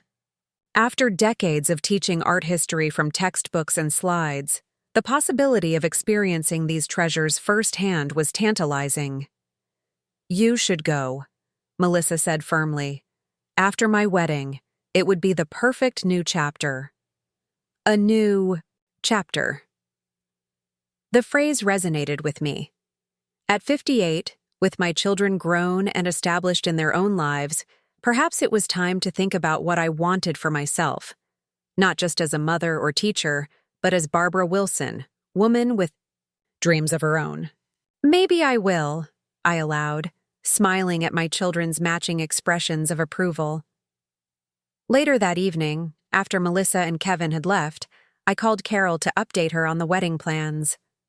Riverstone Park sounds perfect, she said when I'd finished describing Melissa and Tyler's new vision. Much more their style than that pretentious lodge, and you as matron of honor. That's quite the turnaround from being relegated to favor box duty. It still feels a bit surreal, I admitted. 6 weeks ago, I was being told I was too old to be in my daughter's wedding. Now I'm standing beside her at the altar. Justice. Carol declared satisfyingly. Sweet poetic justice. It's not about justice, I protested. It's about Melissa finding her way back to what really matters. Can't it be both? Carol laughed. Anyway, what are you wearing for your matron of honor debut? Please tell me it's something fabulous and age inappropriate. I laughed despite myself. Actually, Melissa found this beautiful blue dress at a boutique on Pearl Street.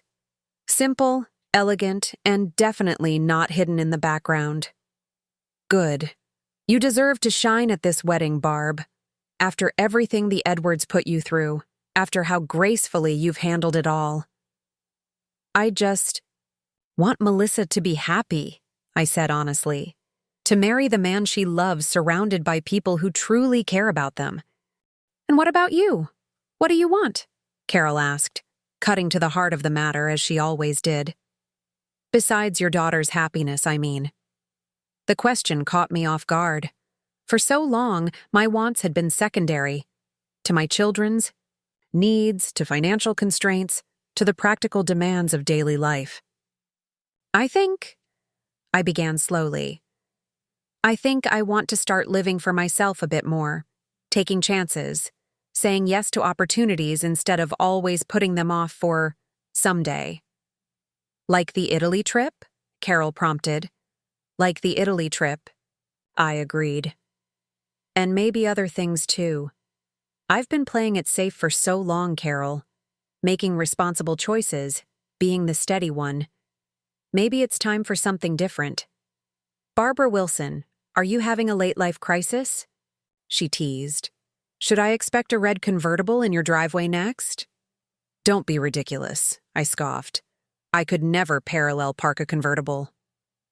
We laughed together, the easy camaraderie of decades of friendship making the conversation feel like a comfortable sweater on a cool evening.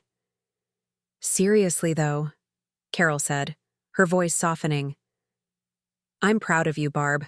Standing up for yourself with the Edwards, not letting them minimize you. That took courage. Or recklessness, I countered. I canceled my daughter's wedding venue in a fit of pique. You reclaimed your dignity, she corrected firmly. And look what came of it. Melissa remembering who she really is, Tyler breaking. Free from his parents' control, and you potentially going to Italy. Sometimes a little chaos is exactly what's needed to set things right. After we hung up, I wandered into my bedroom, opening my closet to look at the blue dress Melissa had helped me select. It hung in a protective bag, waiting for the wedding. Now just 3 weeks away. Running my fingers over the silky fabric, I marveled at how differently things had turned out from what I'd expected when I first stood in that bridal boutique, feeling old and unwanted. My phone chimed with a text, an unknown number. Ms. Wilson, this is Edward Edwards. We need to talk about my son's wedding. Would appreciate your discretion. Can meet tomorrow at Madison's restaurant downtown, noon. Please come alone. I stared at the message in disbelief. Edward Edwards, currently facing multiple investigations and legal challenges, wanted to meet with me? About the wedding? After weeks of silence from both him and Diane? I was tempted to delete the message without responding. But curiosity won out, along with a certain confidence I'd developed through these recent confrontations. I was no longer the Barbara Wilson who would be intimidated by Edward's wealth or social position. I'll be there, I texted back simply. Madison's restaurant was one of Denver's most expensive establishments, known for being a power lunch spot, where business deals were negotiated over $40 salads.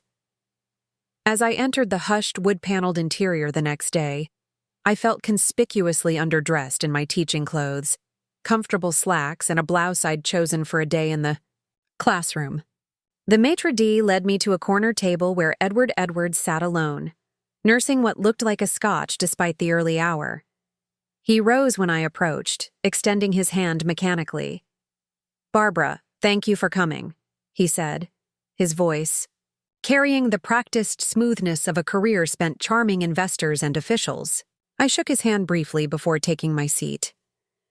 You said you wanted to talk about the wedding. he signaled a waiter, who appeared instantly at our table. "Would you like a drink? The Merlot here is excellent." "Just water, thank you," I replied, not wanting alcohol to cloud my judgment for whatever this conversation might hold. Edward waited until the waiter had retreated before speaking again. "I'll be direct. This new wedding plan of Tyler and Melissa's, it's inappropriate given the circumstances." "Inappropriate?" I repeated, genuinely puzzled. "They're getting married in a public park with close family and friends. What could be inappropriate about that?" He leaned forward, lowering his voice as if sharing a confidence. "The timing, Barbara. My family is currently dealing with baseless accusations and media scrutiny. A quiet, private ceremony would be more suitable until this unfortunate situation is resolved." I studied him across the table. This man who had built his reputation and fortune on appearances, on impressing the right people, on maintaining the right facade. Even now, with his business crumbling and legal troubles mounting, his priority was how things looked. "Edward," I said carefully, "Tyler and Melissa's wedding isn't about you or your legal problems. It's about them starting their life together in a way that feels authentic and meaningful to them." His expression hardened slightly. "You don't understand the ramifications. Photographers will be looking for opportunities to catch glimpses of my family during this difficult time. A public park wedding is practically inviting media intrusion." "Have you discussed these concerns with Tyler?" I asked, though I suspected I knew the answer. Edward shifted uncomfortably. "Tyler is unreachable at the moment. He's not taking my calls, which is why I'm speaking with you, mother to mother, so to speak." "I think you mean mother to father," I corrected mildly. He waved away the distinction. "The point is, you have influence with Melissa, who has influence with Tyler. Together, we could convince them to postpone, or at least move the ceremony to a more private location." The waiter returned with our drinks and took our lunch orders. I used the interruption to gather my thoughts, to rein in the indignation rising inside me. "Edward," I said when we were alone again, "I appreciate your concern for your family's privacy. But I won't use my relationship with Melissa to manipulate her wedding plans. Not for you, not for anyone." "This isn't manipulation," he protested. "It's practical advice from experienced parents who understand how the world works." "Is it?" I challenged gently. "Or is it another attempt to control your son's choices to suit your preferences? The way you and Diane tried to control every aspect of the original wedding plans, including minimizing my role as mother of the bride." His face flushed, whether from anger or embarrassment I couldn't tell. "That was Diane's area.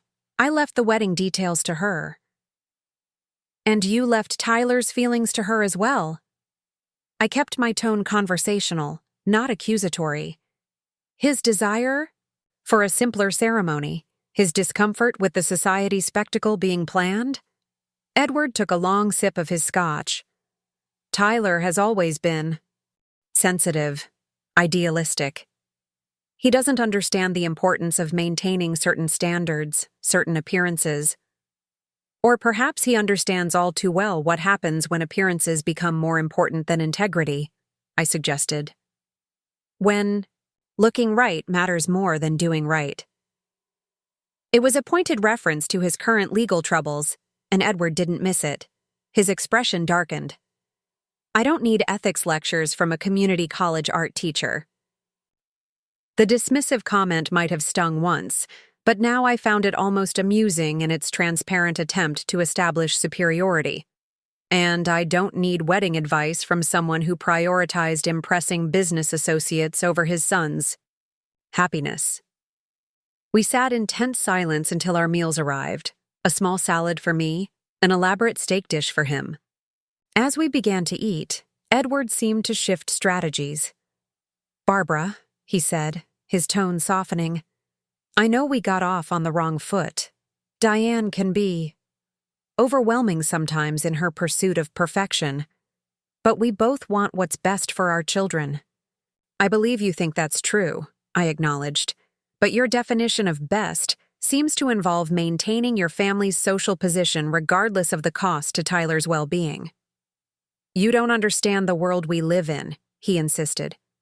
The expectations, the scrutiny. One misstep can undo generations of careful work. Perhaps that's the problem, I suggested, living in fear of missteps rather than embracing authenticity. Tyler and Melissa have chosen a different path, one based on what truly matters to them, not what impresses others. Edward sat down, his fork studying me with new assessment in his eyes. You're not what I expected, he admitted finally. Diane described you as, well, let's just say her impression was less favorable. I imagine it was, I said dryly. Diane seemed determined to see me as an inconvenient obstacle rather than as Melissa's mother. For what it's worth, he said, surprising me with what appeared to be genuine reflection. I think my wife's approach to the wedding was misguided.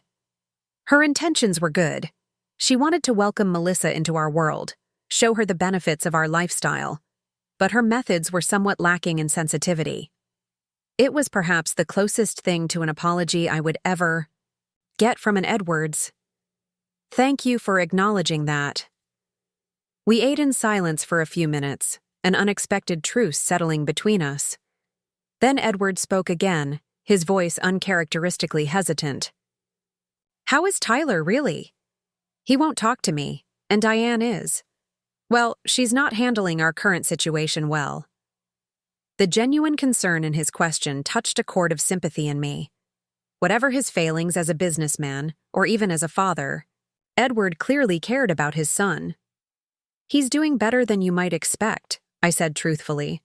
The therapy is helping, and having a wedding that truly reflects his values is important to him. It's given him a positive focus during a difficult time. Edward nodded slowly. And the legal troubles?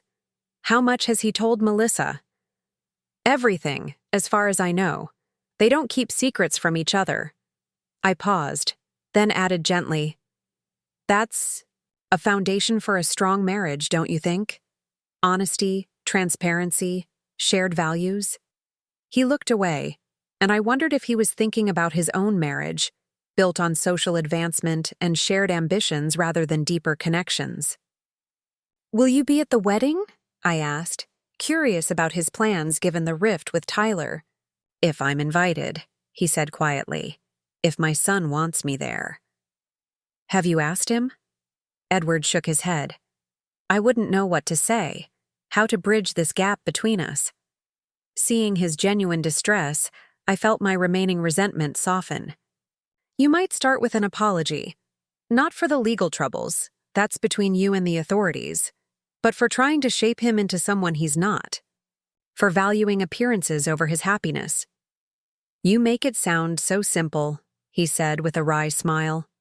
The concept is simple. The execution, that's the hard part.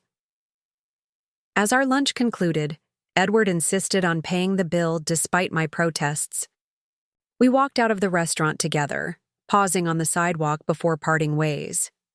I won't try to change the wedding plans, he said finally. You're right. It's their day, their choice. And perhaps a new start is what we all need. I think it is, I agreed. For what it's worth, Edward, I believe relationships can heal with time and genuine effort. Tyler loves you, despite everything. That's a foundation you can build on. He nodded thoughtfully. Thank you for meeting with me today. For your perspective. It's been enlightening. We shook hands, and I watched him walk away. His shoulders slightly stooped under the weight of his current troubles. So different from the imposing figure Diane had described in her society anecdotes. On the drive back to campus for my afternoon classes, I reflected on our unexpected conversation. Edward Edwards was not the cartoon villain I'd imagined, just as I was not the embarrassing, unsophisticated mother Diane had portrayed to Melissa. We were all complex human beings, capable of both pettiness and growth, selfishness, and generosity. Later that evening, my phone rang, Tyler calling, his voice tense. "Barbara? My father just called me. Said the two of you had lunch today?" "We did," I confirmed. "He reached out to me, wanted to talk about the wedding." "What did he want? To cancel it? Postpone it? Move it somewhere less public?" The bitterness in Tyler's voice was palpable. "Initially, yes," I admitted. "But I think by the end of our conversation, he'd come to accept your plans. He even asked about you, how you were doing, if you were okay." Tyler was quiet for a moment. "What did you tell him?" "The truth. That you're doing well despite the circumstances. That planning a wedding that reflects your values has been a positive focus." I hesitated before adding, "He wants to be at the wedding, Tyler, if you'll have him." "I don't know if I'm ready for that," he said honestly. "After everything that's happened, after how he and my mother tried to control every aspect of my life, including who I married and how." "You don't have to decide right now," I assured him. "And whatever you choose, Melissa and I will support you completely." "Thank you," he said softly, "for understanding, for not pushing me either way." That's what family does, Tyler. Real family.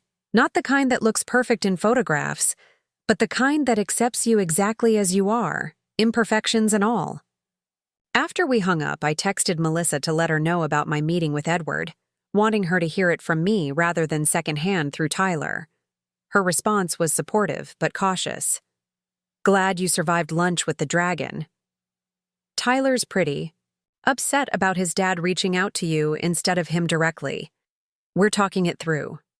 Love you, Mom." The next few weeks passed in a whirlwind of wedding preparations. The Edwards scandal continued to unfold in the background. New allegations, legal maneuvers, whispered conversations among Denver's elite. But Melissa and Tyler remained focused on their reimagined celebration. My role as matron of honor came with unexpected joys. Melissa and I spent an evening addressing invitations at my kitchen table, sharing stories and laughter in a way that reminded me of her teenage years. We went shopping for her wedding dress together, not at an exclusive bridal salon with champagne service, but at a charming boutique owned by a former student of mine who specialized in vintage-inspired designs. The dress Melissa chose was nothing like the elaborate confection Diane had encouraged. Instead, it was a simple, flowing gown of ivory silk that highlighted her natural beauty without overwhelming it.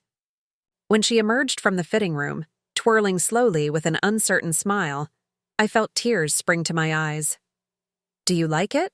she asked, surprising me with her need for reassurance. "Is it too plain?" "It's perfect," I said honestly. "You look like yourself, Melissa. Your most beautiful, radiant self." Her smile brightened. "That's exactly what I want. To feel like me on my wedding day, not some version of me that fits someone else's vision." The boutique owner, Emma, brought out a simple veil trimmed with delicate lace. "This was my grandmother's," she explained, carefully pinning it into Melissa's hair. "I loan it to brides who want something borrowed, with real history.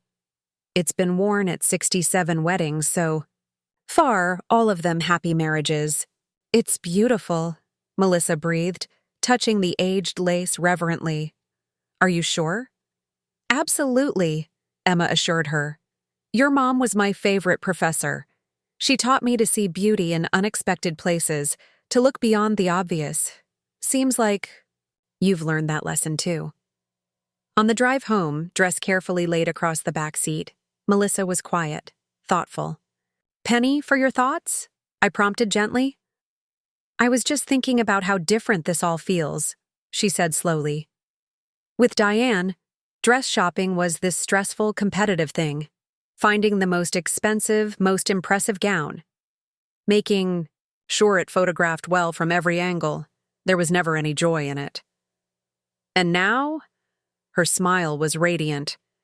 "Now I'm excited to marry Tyler in a dress I love, surrounded by people who actually care about us." It feels real, like the beginning of something true, not just the perfect picture for someone else's album. I reached across the console to squeeze her hand, my heart full of love and pride for this remarkable young woman who had found her way back to authenticity, despite all the pressures pushing her toward appearances. That's all any mother really wants, I told her, for her child to be genuinely, truthfully happy. 2 days before the wedding, I received an unexpected text from Diane Edwards, the first direct communication since her confrontational visit to my home weeks earlier. "Barbara, need to speak with you regarding the wedding. Matter of some urgency. Please call." I showed the message to Melissa, who was arranging wildflower centerpieces at my dining table. "Do you think I should respond?" She frowned, considering. "Part of me wants to say no after how she treated you. But," she sighed, "she is Tyler's mother, and he's been struggling with whether to include his parents at all." "What has he decided?" I asked, realizing I wasn't sure of the current status. "His father will be there," Melissa said. "They've had some difficult but productive conversations over the past week. Tyler's still hurt and angry, but he doesn't want to cut his father out of his life completely." She hesitated. "Diane is more complicated. She hasn't really acknowledged any wrongdoing, just keeps insisting she was trying to give us the perfect wedding, and doesn't understand why we're being so difficult." I nodded, unsurprised by this characterization. "And now she wants to talk. To me, not you or Tyler. That seems significant. Maybe she thinks you'll be more sympathetic after your lunch with Edward?" Melissa suggested. "Or maybe she thinks I'll be more vulnerable to manipulation," I countered, remembering Diane's previous tactics. Melissa grinned mischievously. "Little does she know you've developed immunity to Edward's manipulation techniques." I laughed, appreciating her humor. "All right, I'll call her, but I'll be on my guard." Stepping onto the back porch for privacy, I dialed Diane's number. She answered immediately, her voice tight with what sounded like barely controlled emotion. "Barbara, thank you for calling back. I need to speak with you about the wedding, in person, if possible." "What about the wedding, Diane?" I asked directly, not willing to be drawn into another manipulation. She was silent for a moment, then said in a small voice I'd never heard from her before, "I don't know what to wear." Of all the things I'd expected, demands to change the venue, complaints about the guest list, objections to my role as matron of honor, this simple, human uncertainty caught me completely off guard. "What do you mean?" I asked, my tone softening despite myself. "The wedding is in 2 days. Tyler has conditionally invited us. But I don't know what's appropriate anymore. Everything I had selected for the Mountainview ceremony seems wrong for a park wedding. Too formal, too." She trailed off. "Two Edwards?" I suggested gently. A soft, surprised laugh. "Yes, I suppose so. 2 Edwards for this new vision my son and your daughter have created." She paused. "You've seen it, haven't you? The gazebo? The plans for decorations?" "Yes," I confirmed. "It's going to be lovely, Diane. Simple but beautiful. Authentic." Another silence, then. "I'm afraid I'll do it wrong. Wear the wrong thing, say the wrong thing, stand in the wrong place, that I'll somehow ruin it for them without even meaning to." Her vulnerability seemed genuine, and I felt an unexpected pang of sympathy. Diane Edwards, so accustomed to dictating social norms, was now unsure how to navigate a world where her rules didn't apply. "Would you?" She hesitated, pride clearly. Warring with necessity. "Would you help me? Select something appropriate? I don't want to embarrass Tyler or overshadow Melissa. I just want to fit in." The irony wasn't lost on me. Diane asking for my help to fit in at a wedding where she had once tried to minimize my presence because I didn't fit her aesthetic. "Diane," I said carefully, "are you sure you want my advice? You've made it quite clear in the past that you don't think much of my taste or style." "I was wrong," she said simply. "About many things. Your daughter's wedding may not be what I envisioned, but Tyler says it's exactly what he wants.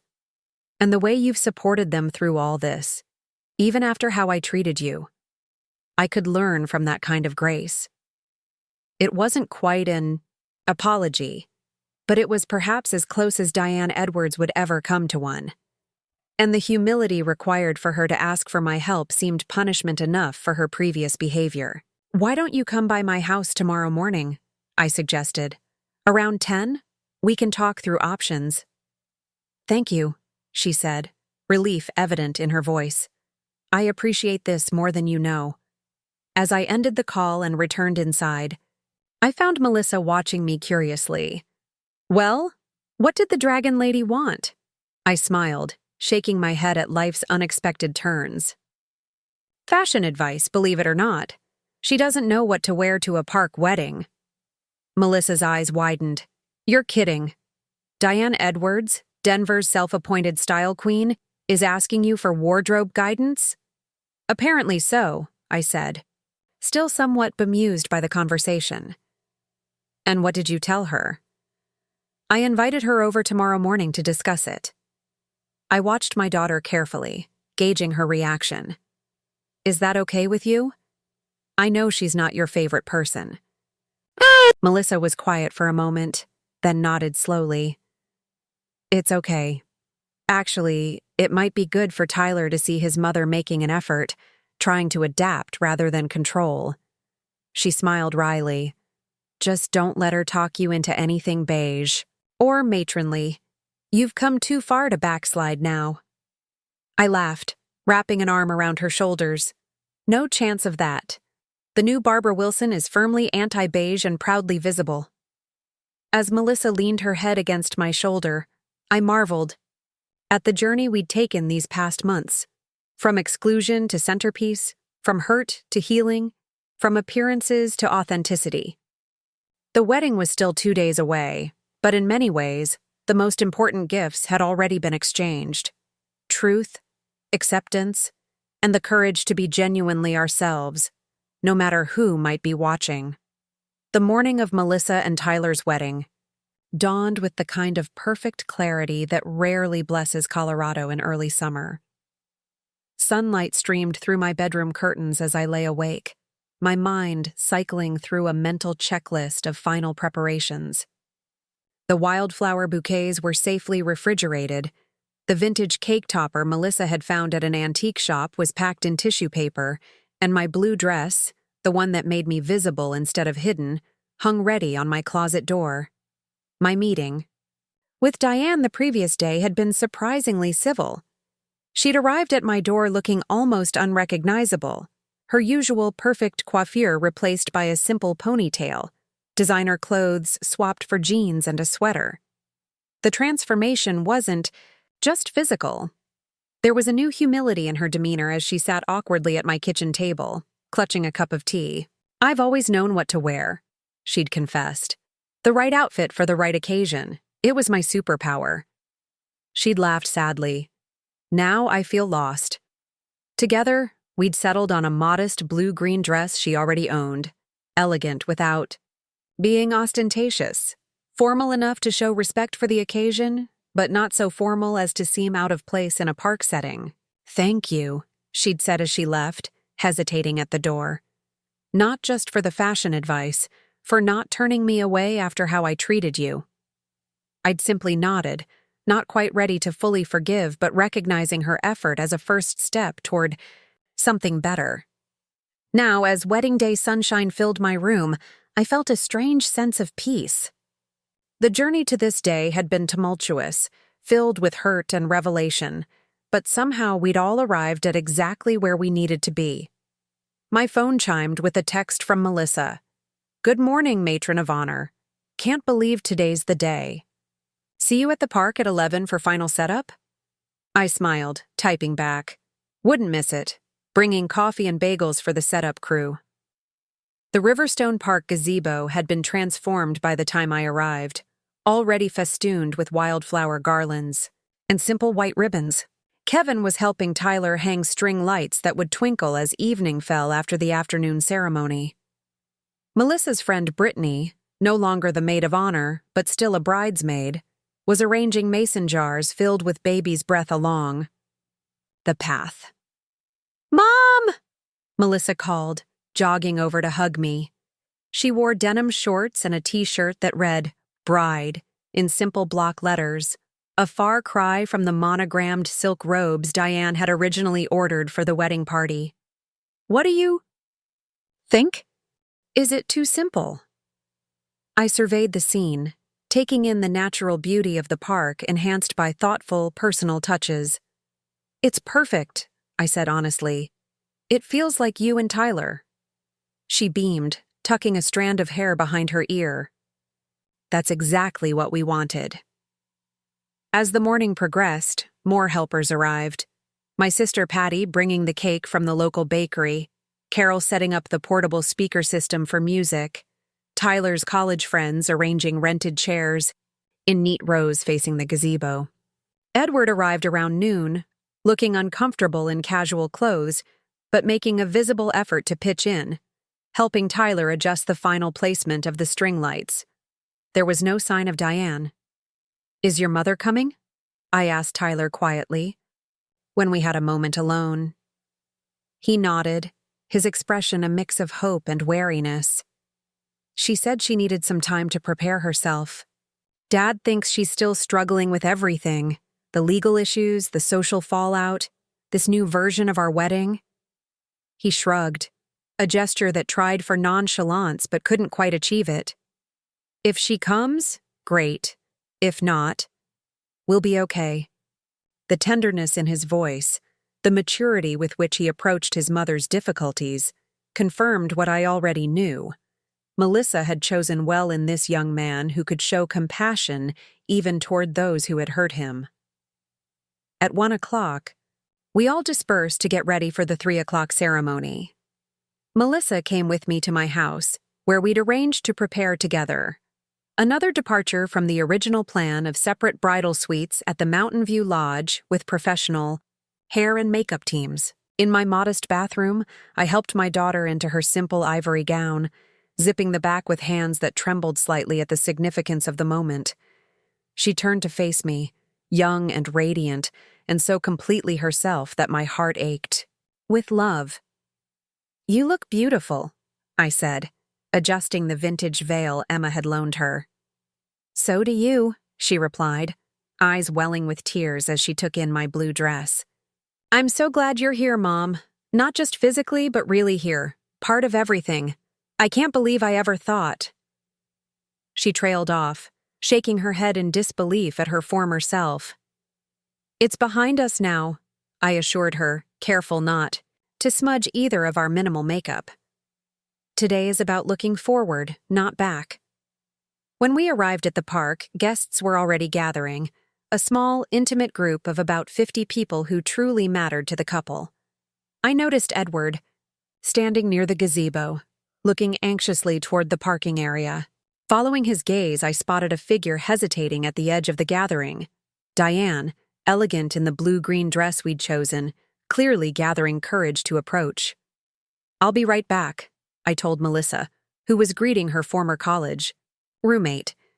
Crossing the grass, I approached Diane directly. "You came," I said simply. She nodded, twisting her hands nervously. "I wasn't sure if I should, if I'd be welcome." "Tyler wants you here," I said. "That's what matters today." She glanced past me to where Melissa stood laughing with friends, radiant in her simple gown. "She looks beautiful," Diane said softly. "So natural, so herself." "That's what real beauty is," I replied. "Not an image constructed to impress others, but an authentic expression of who you truly are." Our eyes met, and something passed between us.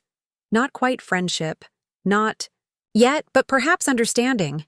A recognition that we were both mothers who loved our children, even if we'd expressed that love in vastly different ways. "Shall we?" I gestured toward the gathering. Together, we walked into the wedding space, where Edward's face lit with relief at the sight of his wife. Tyler, standing near the gazebo with his groomsmen, caught sight of his mother and gave a small, cautious smile that she returned with visible emotion. The ceremony itself was everything Melissa and Tyler had hoped for. Simple, heartfelt, deeply personal. Standing beside my daughter as she exchanged vows with the man she loved, I felt none of the self-consciousness I'd feared in those dark days after the bridal boutique humiliation. Instead, I was exactly where I belonged, visible and valued, part of the tapestry of love that surrounded these two young people as they joined their lives together. When the minister pronounced them husband and wife, cheers erupted from the small gathering. Tyler kissed Melissa with such tenderness that I found myself blinking back tears. They turned to face their guests, hands clasped, faces alight with joy that had nothing to do with perfect aesthetics or social impressions and everything to do with genuine happiness. The reception that followed at the Garden Terrace Event Center across from the park was equally relaxed and joyful.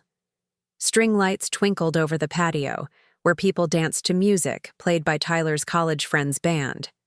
Melissa had swapped her elegant heels for comfortable sandals, and Tyler had removed his tie, both of them prioritizing comfort and fun over formality. I found myself seated at a small table with Edward and Diane as the evening progressed. An awkward trio, perhaps, but united in our love for the newlyweds who were currently dancing with abandoned joy in the center of the patio. "They look happy," Edward observed, his expression softened by something that might have been wistfulness. "They are happy," I confirmed, "because they chose to be true to themselves rather than meeting others' expectations." Diane was quiet for a moment before saying, "I think I've spent so long worrying about how things look that I forgot to consider how they feel." She watched her son twirl my daughter in a carefree spin. "I wouldn't have chosen this wedding, but it suits them perfectly." Her admission, small but significant, felt like the closing of a circle that had begun in that bridal boutique months ago. Later, as the evening wound down and guests began to depart, Melissa found me sitting alone, watching the last few couples sway to a slow song. "Happy?" I asked, as she dropped into the chair beside me, her hair slightly mussed, her cheeks flushed from dancing. "Perfectly," she confirmed, resting her head on my shoulder the way she used to as a little girl. "Thank you, Mom." "For what?" "For standing up for yourself that day at the Edwards house. For canceling the venue I didn't even know you'd paid for. For showing me what it means to value yourself enough to walk away from people who don't appreciate you." She squeezed my hand. "If you hadn't done that, I might be having a very different wedding right now. One that looked perfect in photographs, but felt wrong in every way that matters." As the last song ended and Tyler came to claim his bride for their departure, I thought about the journey we'd all taken to reach this moment. From exclusion to celebration, from appearance to authenticity, from hurt to healing. The wedding that had almost torn us apart had, in its new incarnation, brought us together in ways I could never have imagined. 2 months later, I boarded a plane to Florence, my Italy travel package from the Mountainview Lodge fully booked and paid for. As the aircraft lifted into the Colorado sky, I smiled thinking of Melissa and Tyler, now settled into married life. In a cozy apartment that reflected their shared values rather than Edward's expectations, I thought of Kevin, whose protective instinct had inadvertently triggered so much change. And yes, I even thought of Diane and Edward, slowly rebuilding their relationship with their son on more honest foundations. But mostly, I thought about the woman I had become through all of this, a woman who knew her own worth, who stood visibly in her own light, who was no longer afraid to claim her place at life's table. As Italy waited to greet me with treasures I'd taught about for decades but never seen, I settled back in my seat, ready at last for my own someday to begin. Up next, you've got 2 more standout stories right on your screen. If this one hit the mark, you won't want to pass these up. Just click and check them out.